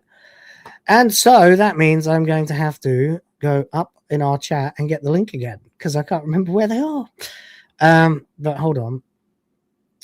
Oh yeah. I found it. Okay. Log in. Let's have a look. All right, AI chat. Which in show off your results. Okay, cool. It's Chun-Li Street Fighter. Okay. By James Up. All right. Oh, pretty good. Not bad, you know. Not bad at all. Let's have a look in a second. First, he says, you can show the forum. If anyone wants to sign up, you can. Just my project forums. By the way, 10.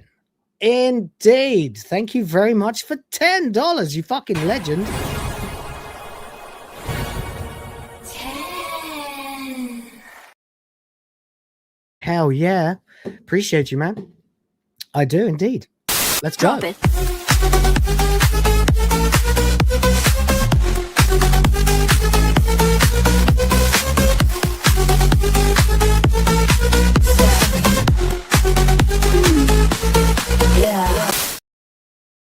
Yeah, thank you very much, buddy. Appreciate you. That's us to 35%.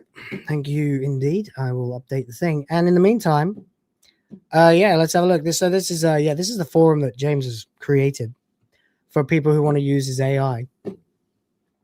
It's at thenoiseinmyhead.net. Fair enough. It's a solid little forum. We've got Chun-Li here. Not bad. Not bad at all. Not bad at all. This one's a little butch, but the body's pretty right. Yeah, the legs are good. Nice. Nice. Whoa. Still, you know what? You see worse in the actual game. All right. Not bad. Thunder thighs. Fucking hell. Look at the meat on them. Could feed a family with that. For a week. Whoa, that's just raided in drag, isn't it? Not that way. Hello.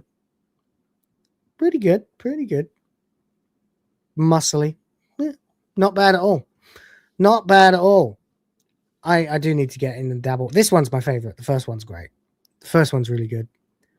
I think she needs a slightly cuter face, but pretty damn good. Pretty damn good. Let me see if I can find mine. I've got a Chun-Li somewhere. Let's have a look. Chicks, video games, Street Fighter, Chun-Li. Yeah. Let me just find one that's not, going to get us cancelled. Here is mine that I did. Of course, I needed to give her some cleavage because it's for sex reasons, But there we go. And that's good. That's about the same quality, actually. I should just start using yours, really. Just need to get the time to acclimatize myself to it. But thank you, buddy, very much, and appreciate you for $10. You legend.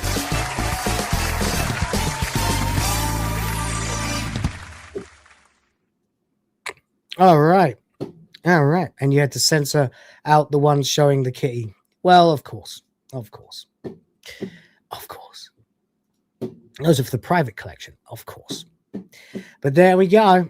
Anyway, so, yeah, the media still refuses to confront the simple fact, and I don't need this anymore, that it's leftists that do this. It's leftists that make this stuff. They get organized. They create their cabals. They have, little discords, and then they mobilize as units, like a little army of fucking impotent, raging, spurging imbeciles. Whereas the rest of us, we don't do that. We just literally go, wow, that was shit, wasn't it? I'm going to go leave a review. Stop Asian hate. Hey, you can't accuse me of Asian hate. My wife is Asian. My kids are Asian. Well, half Asian. But there you go. Anyway, thank you very much, James. That took us over the quarter mark. We are actually at a third of the way to the goal. Would love to hit it if we can. And there we go. Anyway, that is Star Trek Starfleet Academy. Calling it Kitty is pretty weird, not going to lie. It's pretty mainstream now. I've seen lots of people refer to it as Kitty. I'm not sure why. I think it's because, you know, the funny thing is we only use these weird terms that are pseudo disrespectful and slightly creepy because they won't let us use the actual terms. You know, I don't give a fuck. I'll say pussy on my stream, but you can get your comments you can absolutely get your comments censored by YouTube if you are too explicit.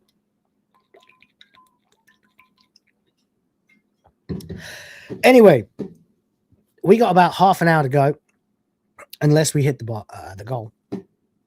Excuse me a second. Yeah, I'm still sick. We've moved from dizziness and then the toilet clinging to face full of muck to now throat full of muck. Tomorrow it'll be chest full of muck, and then by the end of the week I should be fine again.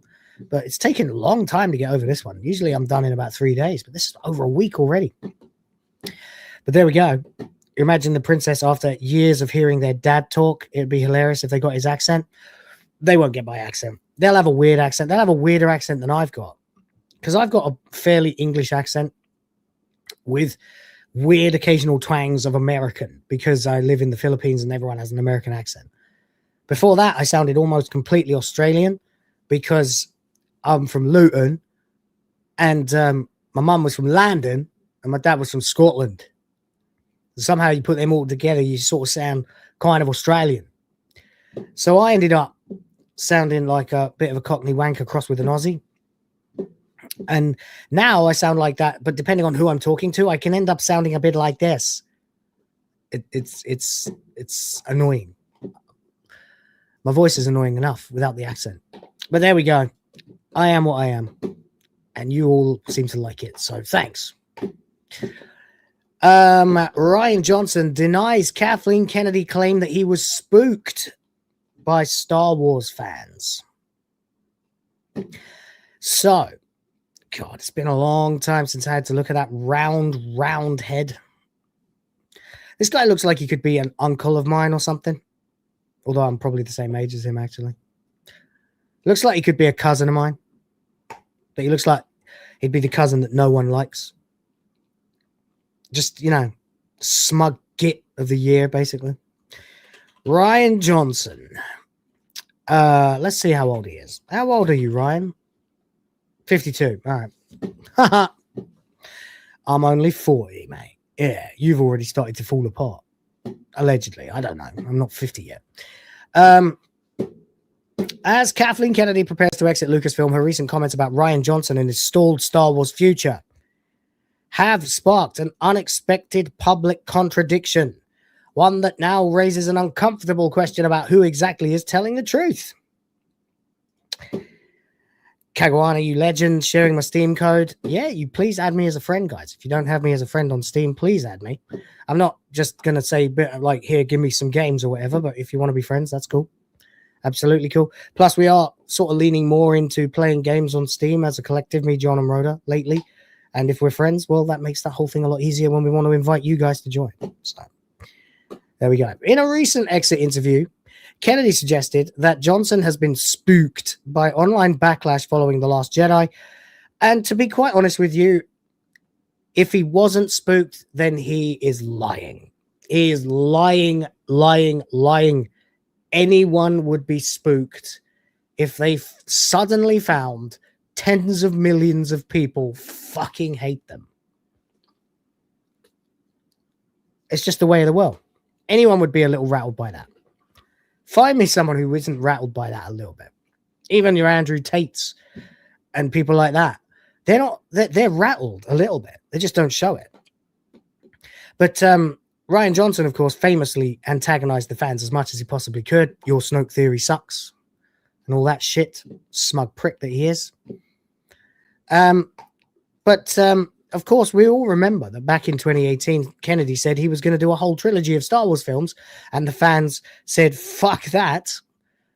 And then, of course, if you watched Geeks and Gamers, as I did back in the pre-2020 years, it was very much the case that we were all waiting for an announcement of a Rian Johnson movie that never came. Yeah. In fact, someone should probably start a clock. You know, like Nerdrotic does the days since the last Ice and Fire book was released. It should be days since Kathleen Kennedy announced Rian Johnson's Star Wars trilogy. I'd like to know how many days that is. Anyway, fan negativity absolutely did play a meaningful role in derailing his long-discussed Star Wars trilogy. That framing quickly spread across entertainment media outlets. Now, you've got two schools of thought on this, obviously. You've got Kathleen Kennedy as an incompetent harpy who couldn't organize a piss-up in a brewery. True. And you've got Rian Johnson as an egomaniac whose script was writing checks that his movie couldn't cash. Right?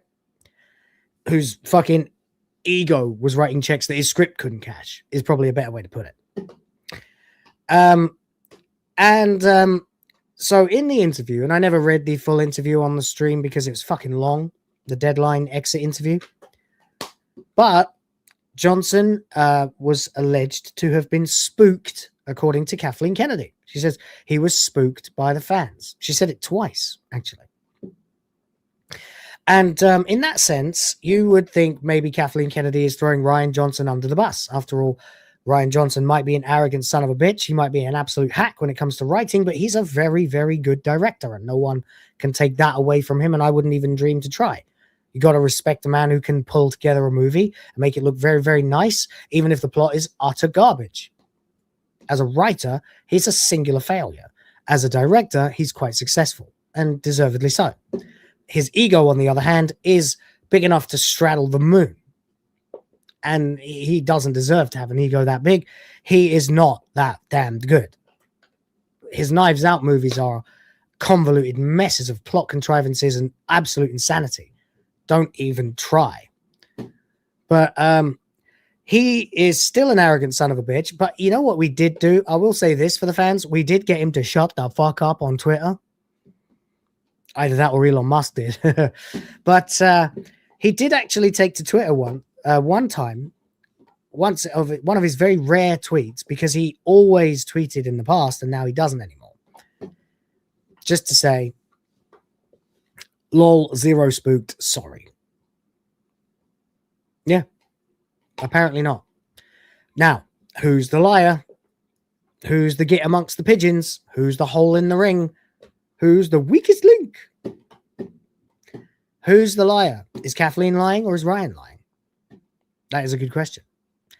I think both of them are lying, frankly. I think 6 of one, half a dozen of the other. I know that sounds like a cop-out, but on the one hand, Kathleen is an arrogant bitch who couldn't do a piss-up in a brewery. On the other hand, Rian Johnson is an arrogant bitch who couldn't write a script to save his life.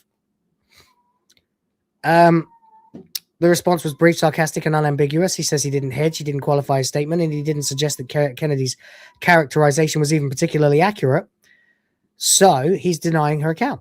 Kennedy's comments arrived as part of a broader reflection of her tenure at Lucasfilm, during which Star Wars went from being a rare cinematic event to a franchise mired in creative resets, cancelled projects, and increasingly fractured fan sentiment. Regarding Johnson, Kennedy suggested that the sustained backlash to The Last Jedi, well, let's be honest, it has not gone anywhere. The Last Jedi remains the absolute worst thing to ever happen to Star Wars. Literally the worst thing. Because don't try to say Rise of Skywalker, because cause and effect. If The Last Jedi didn't happen, Rise of Skywalker wouldn't have happened either. And the wider Star Wars environment surrounding Star Wars had a chilling effect on creators, including Johnson himself. Well, I mean, it's very simple, man. People wanted what they wanted, and you didn't deliver. And a lot of the blame is on J.J. Abrams too. But he's a complete cuddle cow as well. And he's disappeared as well, hasn't he? That's nice. I think Rian Johnson's released more movies in the last 10 years than J.J. Abrams. Probably. I do believe he got spooked by the online negativity. Kennedy said, I think Rian made one of the best Star Wars movies. Wrong. He was a brilliant filmmaker and he got spooked. He's a good filmmaker. He's a terrible writer. So he's not a good filmmaker because writing and directing go into filmmaking. So he's not a good filmmaker. So that's wrong as well. He's a very capable director. He's a terrible writer and not a good filmmaker at all. This framing aligned with a familiar Lucasfilm narrative. The fan criticism, rather than creative or strategic missteps, is the primary obstacle facing the franchise. One doesn't happen without the other, bitch. Johnson's response directly undermines that explanation. Well, then what happened? The contradiction is now unavoidable. Either Kathleen Kennedy overstated or misrepresented Johnson's feelings to shield Lucasfilm from criticism, or Johnson is now distancing himself from a narrative that makes him look weak or rattled. Honestly, I believe what Kathleen Kennedy said is true. I think Johnson did get rattled. I think he's actually one of those kinds of people who greatly overcompensates for their inner fragility by being a cocky son of a bitch on the internet. If you're going to be on the internet, you better be really, really cool with who you are. Warts and all. Don't be afraid to look foolish too. I look like an idiot on this show all the time. I don't care. I mean, I know I do care. I'd rather not look like an idiot, but if I look like an idiot, I look like an idiot. Stick around, hopefully you will. Johnson, he can't handle looking like an idiot. He can't handle looking like an idiot for a fucking microsecond. He's one of those people who has to be the smartest in the room. A bit like Hassan Piker in that way, actually. He's another one who's not as intelligent as he thinks he is. Not remotely as intelligent as he thinks he is. And tries to, but you know that secretly wishes he was. Wishes he was taken more seriously. So then he tries to overcompensate for that by saying, oh, I'm just a himbo. I'm just a... Yes, you are. Yes. So Rian Johnson has an ego the size of the fucking universe, and he won't admit that he was wrong, but he did screw up massively. Stephen's right in the chat. You're absolutely right. He screwed up more than anyone has ever screwed up in Hollywood, apart from J.J. Abrams and Kathleen Kennedy, who hired him and gave him creative control while The Force Awakens was still being made. Absolutely ridiculous. JJ just wanted to do a copy of the fucking original trilogy, a rehash, a remix. And yeah, that would have been boring and derivative, but it would have been better than The Last Jedi. If we'd had an almost shot-for-shot remake of Empire Strikes Back with the new characters, and Rey had actually struggled and actually been punished and maybe even got her hand cut off or something, that would have been better than The Last Jedi. No, of course not. It was just a bunch of contrived fucking bullshit. Absolute shit. Never give anyone creative control over your trilogy. But more than that, have a bloody plan. Have a fucking plan. It's the number one reason why my novel has never come out. I can't decide the end. Or rather, I can't decide how to get to the end from about the middle. I've got about the first 40% of the end. It's going to be more than one book, to be honest. It's too much for one book. Way too much. Which means then I have to separate it into a series, and that's where I'm struggling. But there we go. Leave the original trilogy alone. No need to remake. Yeah, it's perfect. It's perfect the way it is. Leave it alone. Leave Back to the Future alone while you're at it too. But anyway, yeah, his ego was writing checks his fucking script couldn't cash. So yeah, repeatedly and publicly celebrated the fact that The Last Jedi fractured the Star Wars fandom, often framing the ongoing division as proof of artistic success. That's not how Hollywood works, buddy. Star Wars is the ultimate popcorn, pulp, Saturday morning cartoon come to life franchise with deeper themes, sure, and much, much more heart, absolutely. But it's Flash Gordon with bigger ideas. It's not supposed to divide its audience. It's not there for you to deconstruct. Stop thinking, people. Stop thinking that you have the fucking right to deconstruct other people's goddamned work. From that perspective, Johnson's denial doesn't read as clarification, it reads as revisionism. He wasn't spooked. He was divisive by choice, unapologetic about the damage, and content to move on once the consequences landed elsewhere. And that leaves one blunt takeaway. The fans scared him off. narrative collapses under even minimal scrutiny because Johnson never acted like someone who cared about winning fans back in the first place. But he did, though, didn't he? That's what I think, really. I think inside Rian Johnson, there is a scared little boy who really just wants to be friends with everybody and has decided that that's not going to happen. And so instead he's got to be edgy and piss people off, make noise. Sorry, Ryan, but you're never going to be cool. Never. You look like a social studies professor. Anyway, so yeah, it is an interesting contradiction. I think that Rian Johnson is an egomaniac who is lying. I also think that Kathleen Kennedy is an egomaniac who is lying. And as an addendum, Kathleen Kennedy has also signaled that Indiana Jones is dead. She says she has no regrets about using Harrison because he wanted to do it. He did not want Indy to end with the fourth movie. He wanted a chance at another, and we did that for him. And I think it was the right thing to do. Well,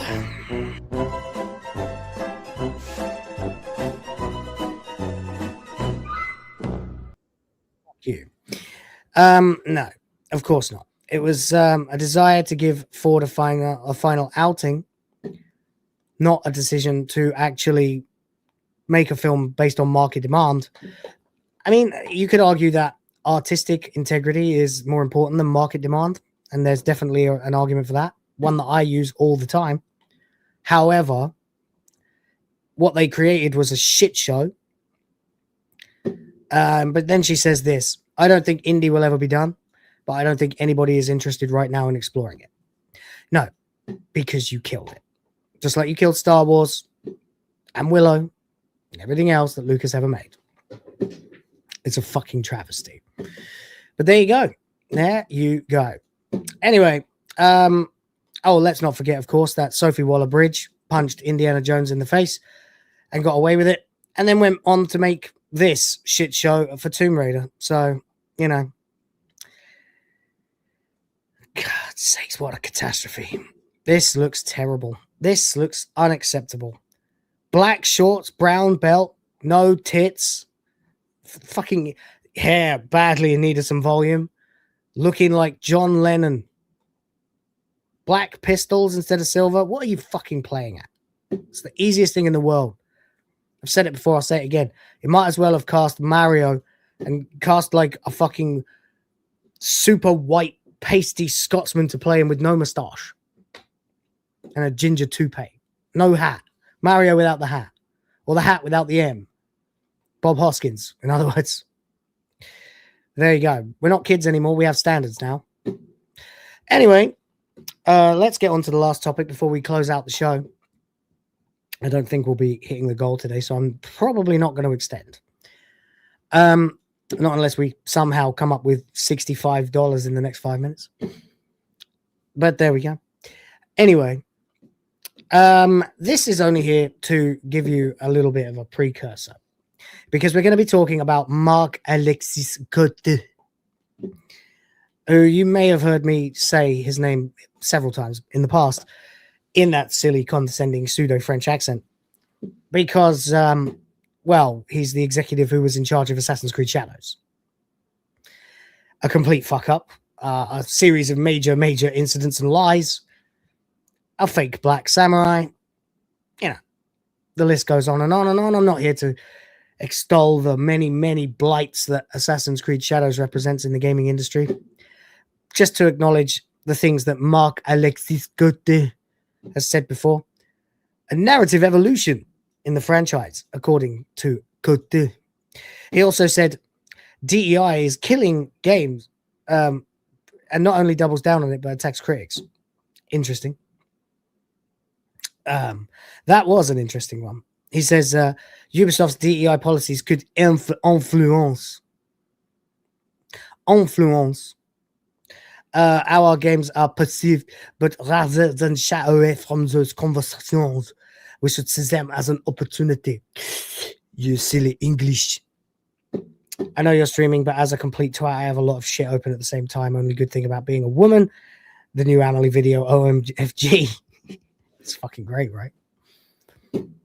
From there, he attempted to gaslight people in the audience by stating Assassin's Creed has always been about exploring the full spectrum of human history, and by its very nature, that history is fucking hell diverse. Staying true to history means embracing the richness of human perspectives without compromise. Fuck off. Anyway, he then went on to say, basically, this was cope. I remember it back at the end of 2024. It was big time cope, trying to deal with the fact that everybody knew that Yasuke was never actually a fucking samurai. It was a retainer to Nobunaga, who was allowed to carry a sword because his black skin made him a curio in Japan. Yves Guillemot? No, it's Marc Alexis Cote. It's interesting, though, because after he released Assassin's Creed Ascension, Creed Shadows, he accepted that Ubisoft were going beyond what is accepted. Yeah, in other words, we warped history to suit a fucking DEI narrative, didn't we? And the funny thing about that is it wasn't very long after the game came out, only about 7 months later or so, 3 months ago to us, that he was departed from Ubisoft. So, yeah, he had been the head of Assassin's Creed, suddenly announced his departure from Ubisoft. He released this message. The past 24 hours have been deeply emotional. Reading all your public and private messages has reminded me of so many moments, people, and shared dreams. I've been archiving all of them. Something to revisit one day when I'm old, smiling at what we built together. One from the messages of colleagues, friends, and fans, blah, blah, blah, blah. Says Ubisoft decided to transfer the leadership of Assassin's Creed franchise to someone closer to its new organizational structure. In other words, you cost too much, get out. We can't afford you anymore. No surprises there. They can't afford anything anymore. Can't afford a pot to piss in anymore. A different position was mentioned, but it did not carry the same scope, mandate, or continuity with the work I'd been entrusted with in recent years. I want to be clear that I hold no resentment. I did not walk away, though. I stayed at my post until Ubisoft asked me to step aside. He says, in the later years of my career, I came to see myself as the captain of the Assassin's Creed ship, someone who only leaves once every soul on board is safe. That's interesting, especially because of the number of closed studios in recent months. And that is exactly what I have done for as long as I could. Thank you again. For your messages of support, they mean more to me. Blah, blah, blah, blah. Nothing is true, everything is permitted. Okay, so he was, a bit of a cretin, but certainly, cared about what he was doing. But there we go. As it turns out, remember this. I hold no resentment.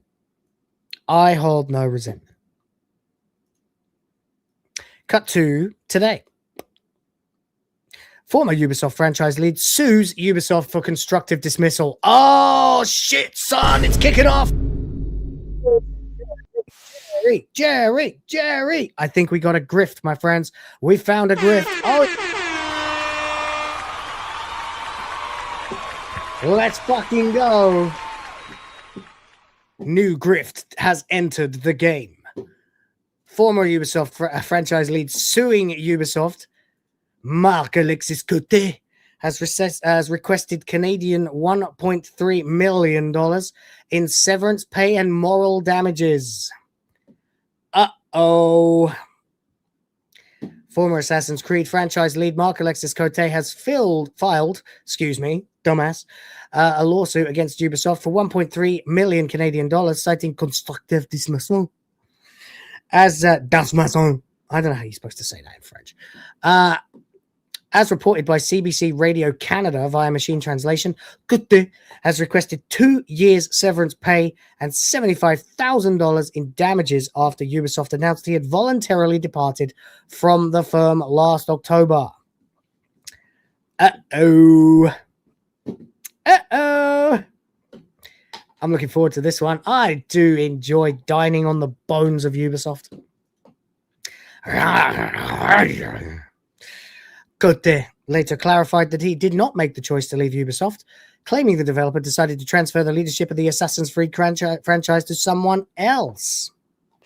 A different position was mentioned. I just read this. This lawsuit alleged that during the formation of Tencent-backed subsidiary Vantage Studios last summer, Ubisoft was looking to hire a head of franchise to oversee Assassin's Creed, Far Cry, and Rainbow Six cost-cutting measures. Fuck Ubisoft. The suit claimed that Cote wasn't considered for the role as it was based in France, not Quebec, and that he could only be eligible if he was willing to relocate. Oh, well, they've closed half of their offices in Canada now. I think they've still got Montreal. They closed Halifax. That's Nova Scotia, I believe. They also closed offices in Sweden and most recently somewhere in the Middle East, I want to say. Or was it Africa? They had a studio somewhere. They closed it. They've closed almost all their studios at this point. They've closed like 7 studios in the last 7 months. Cote was allegedly offered the role of head of production instead, which would report to the incoming head of franchise. So he was getting demoted.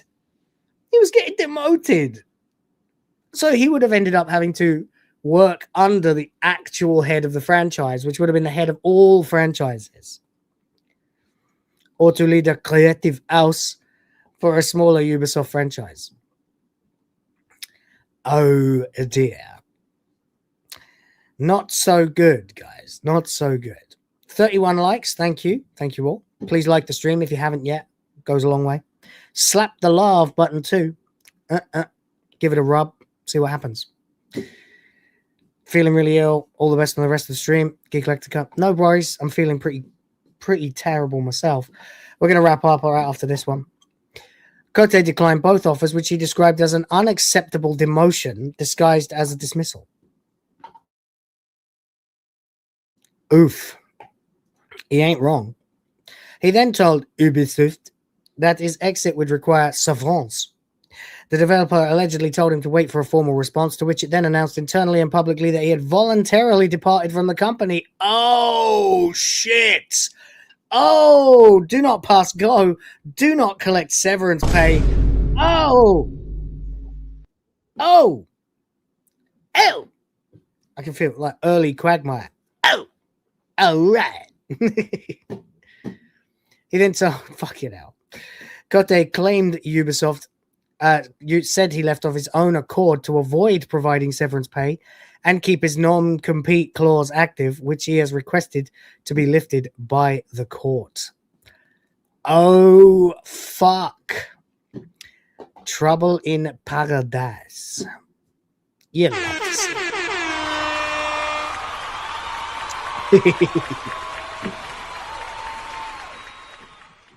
Keck, indeed. And look, I want to make it clear here. I don't have a dog in this race. I hope they all kill each other. I don't care in Minecraft. I couldn't give a shit. I couldn't give a shit what happens to any of these imbeciles. I don't give a crap. Fuck AAA. I hope it burns to the ground. All of them on their asses trying to get jobs at Sandfall Interactive to be shown the fucking door. That would be hilarious after they came out of Ubisoft. Ubisoft remains one of the worst companies in gaming ever. What was the spin-off of Ubisoft called? It's called Vantage Studios. It's a subsidiary of Ubisoft. So Ubisoft remains here as the parent company, but has actually no liability whatsoever over the franchises. The franchises, in essence, have been taken away from Ubisoft to protect them from the financial damages that Ubisoft is facing, being near bankruptcy as a result of all the failures of gaming, from Skull and Bones up to, well, Assassin's Creed Shadows is like the last game they released. They haven't released shit since. Everything was a bomb. They lost billions. And the shareholders are furious. They lied to their shareholders. It's a total shit show. And so, of course, they would have to eventually liquidate, go into administration or something, unless they got sneaky and created a new sub-company, Vantage Studios, 20% of which is owned by Tencent, giving them like $1 billion as a buy-in.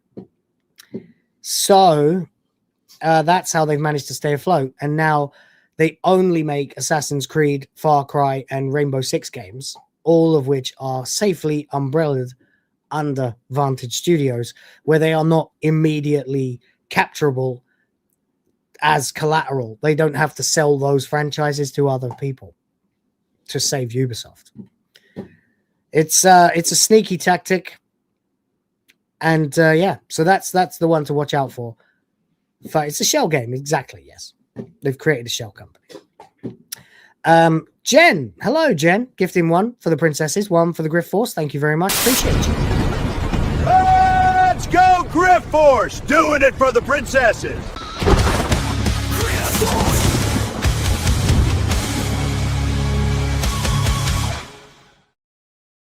If you've enjoyed today's episode of HyperDrive Time, please do gift a membership or 2 if you feel like you can. No pressure, but it does help a lot, actually. Helps me immensely. But there we go. Anyway, guys, I appreciate you being here. But that's the situation with Ubisoft. Yeah, they've hidden away all their shit. They've hidden away all the franchises that can still make them money if they course correct, downsize, and stop acting like a bunch of absolute spurgs and stop trying to make every game into the Uber game. Assassin's Creed never needed RPG mechanics. It just needed to be an Assassin's Creed game that continued the story. If you want my advice, Ubisoft, for what it's worth, bring back Desmond. You bring back Desmond, release a trailer. Don't do Hex. Fuck Hex. You do another Assassin's Creed game they're gonna, so they might as well do it in another period of European history. Be factually accurate this time. Be historically accurate this time. Create a new character to play as, not a historical figure that you warp into some DEI bullshit. Abandon DEI completely. Downsize and create a game that plays like the old ones did, i.e. a sloppier version of Batman Arkham, and with assassination mechanics and parkour, and just go back and make another like Unity or Assassin's Creed 2 or 3. Follow that model and do that, and keep the fucking live service elements to a minimum, and don't attempt to put RPG mechanics in it, and just keep it as simple as you possibly fucking can, on point, to the purpose, and make Assassin's Creed not every game, not the Uber game. Stop trying to turn everything into a fucking live service. Of course, all of this is going to go, I mean, none of them, they're never going to see this, but if they did, they wouldn't listen anyway, because they're absolute greedy bastards. The Gilmos, they're the greediest motherfuckers in gaming, outside of your Bobby Kotick's and your people like that. So I think they're all felted, frankly. Yeah, the Ezio collection was brilliant. I've got it on Steam now, actually, except Brotherhood. I don't have Brotherhood, I think. I've got... Just take a quick look. Yeah, for some reason I've got Assassin's Creed 2 and then Revelations. No Brotherhood. And then Remastered 3, Black Flag, Unity, Syndicate, Shadows. Shadows was gifted. In fact, they were almost all gifted. Thank you. What's this? Apparently Origins is currently on sale. Oh, I don't have that one. Okay. Origins is good, though. Origins is the absolute line before they went overboard. Odyssey is where they really started to go crazy. But there we go. Division 1 got pretty decent toward the end. Yeah. Yeah, my friend said that. I never played it. I just knew it was a live service and I couldn't be bothered. I was still playing Destiny at that point. But there you go. I think that's it. That's us. We're out of content. That's the show, ladies and gentlemen. Unless someone drops $60 now, it's not gonna. I'm not going any longer. I need to rest. My fucking voice is knackered. My throat's stinging. And there we go. So we'll be back tomorrow with WTF Live at the usual time, which would be 9 a.m. Eastern, 2 p.m. or 3 p.m. UK, and 10 p.m. my time. And so there we go. Hope you had a good time. I had fun chatting with you. And yeah, support the channel. There is a video out. It's about Team Kill Media and the greater implications of what they attempted to pull with the copyright claims, and a little bit of a history lesson too. Obviously, my videos now are a bit longer, and I do a general deeper dive into topics. So this one is generally about how fragile the current state of the indie winning situation is with games like Silksong and Expedition 33. And it's largely about how that is not a guaranteed future. It's a future we'd all very much like, and it will not come to pass if we allow and suffer companies like Team Kill Media to come into the mix, claim their indies, and then treat gamers like absolute shit. That's how you poison the well. And it will kill the indie scene dead before it gets off the ground properly, which we are currently very close to. Expedition 33, Game of the Year. Silksong, these games are outselling AAA. It needs to be protected and gatekept by gamers. And that means we have to keep out companies like Team Kill Media. So if that sounds interesting to you, please go right after this stream and check it out on the channel. It is very, very available for you to watch. And it's also struggling a bit because it's a new topic, and I literally couldn't put a video up for several days because of it being ill. So the algorithm's kicking me in the balls. So if you feel like helping me out, I'll drop a link to it in the chat right now, and you guys can go watch it. As for me, I will be going to rest and hang on a minute, not that one, not that one, this one. There you go. I think that's the one. Let's double check. Yep, that's it. So, yeah, go and check that out at your leisure. Appreciate some comments in the chat too to let me know how you feel about it. And I will catch you on the next one. Till then, it's been a blast. Take care. Spike your hair.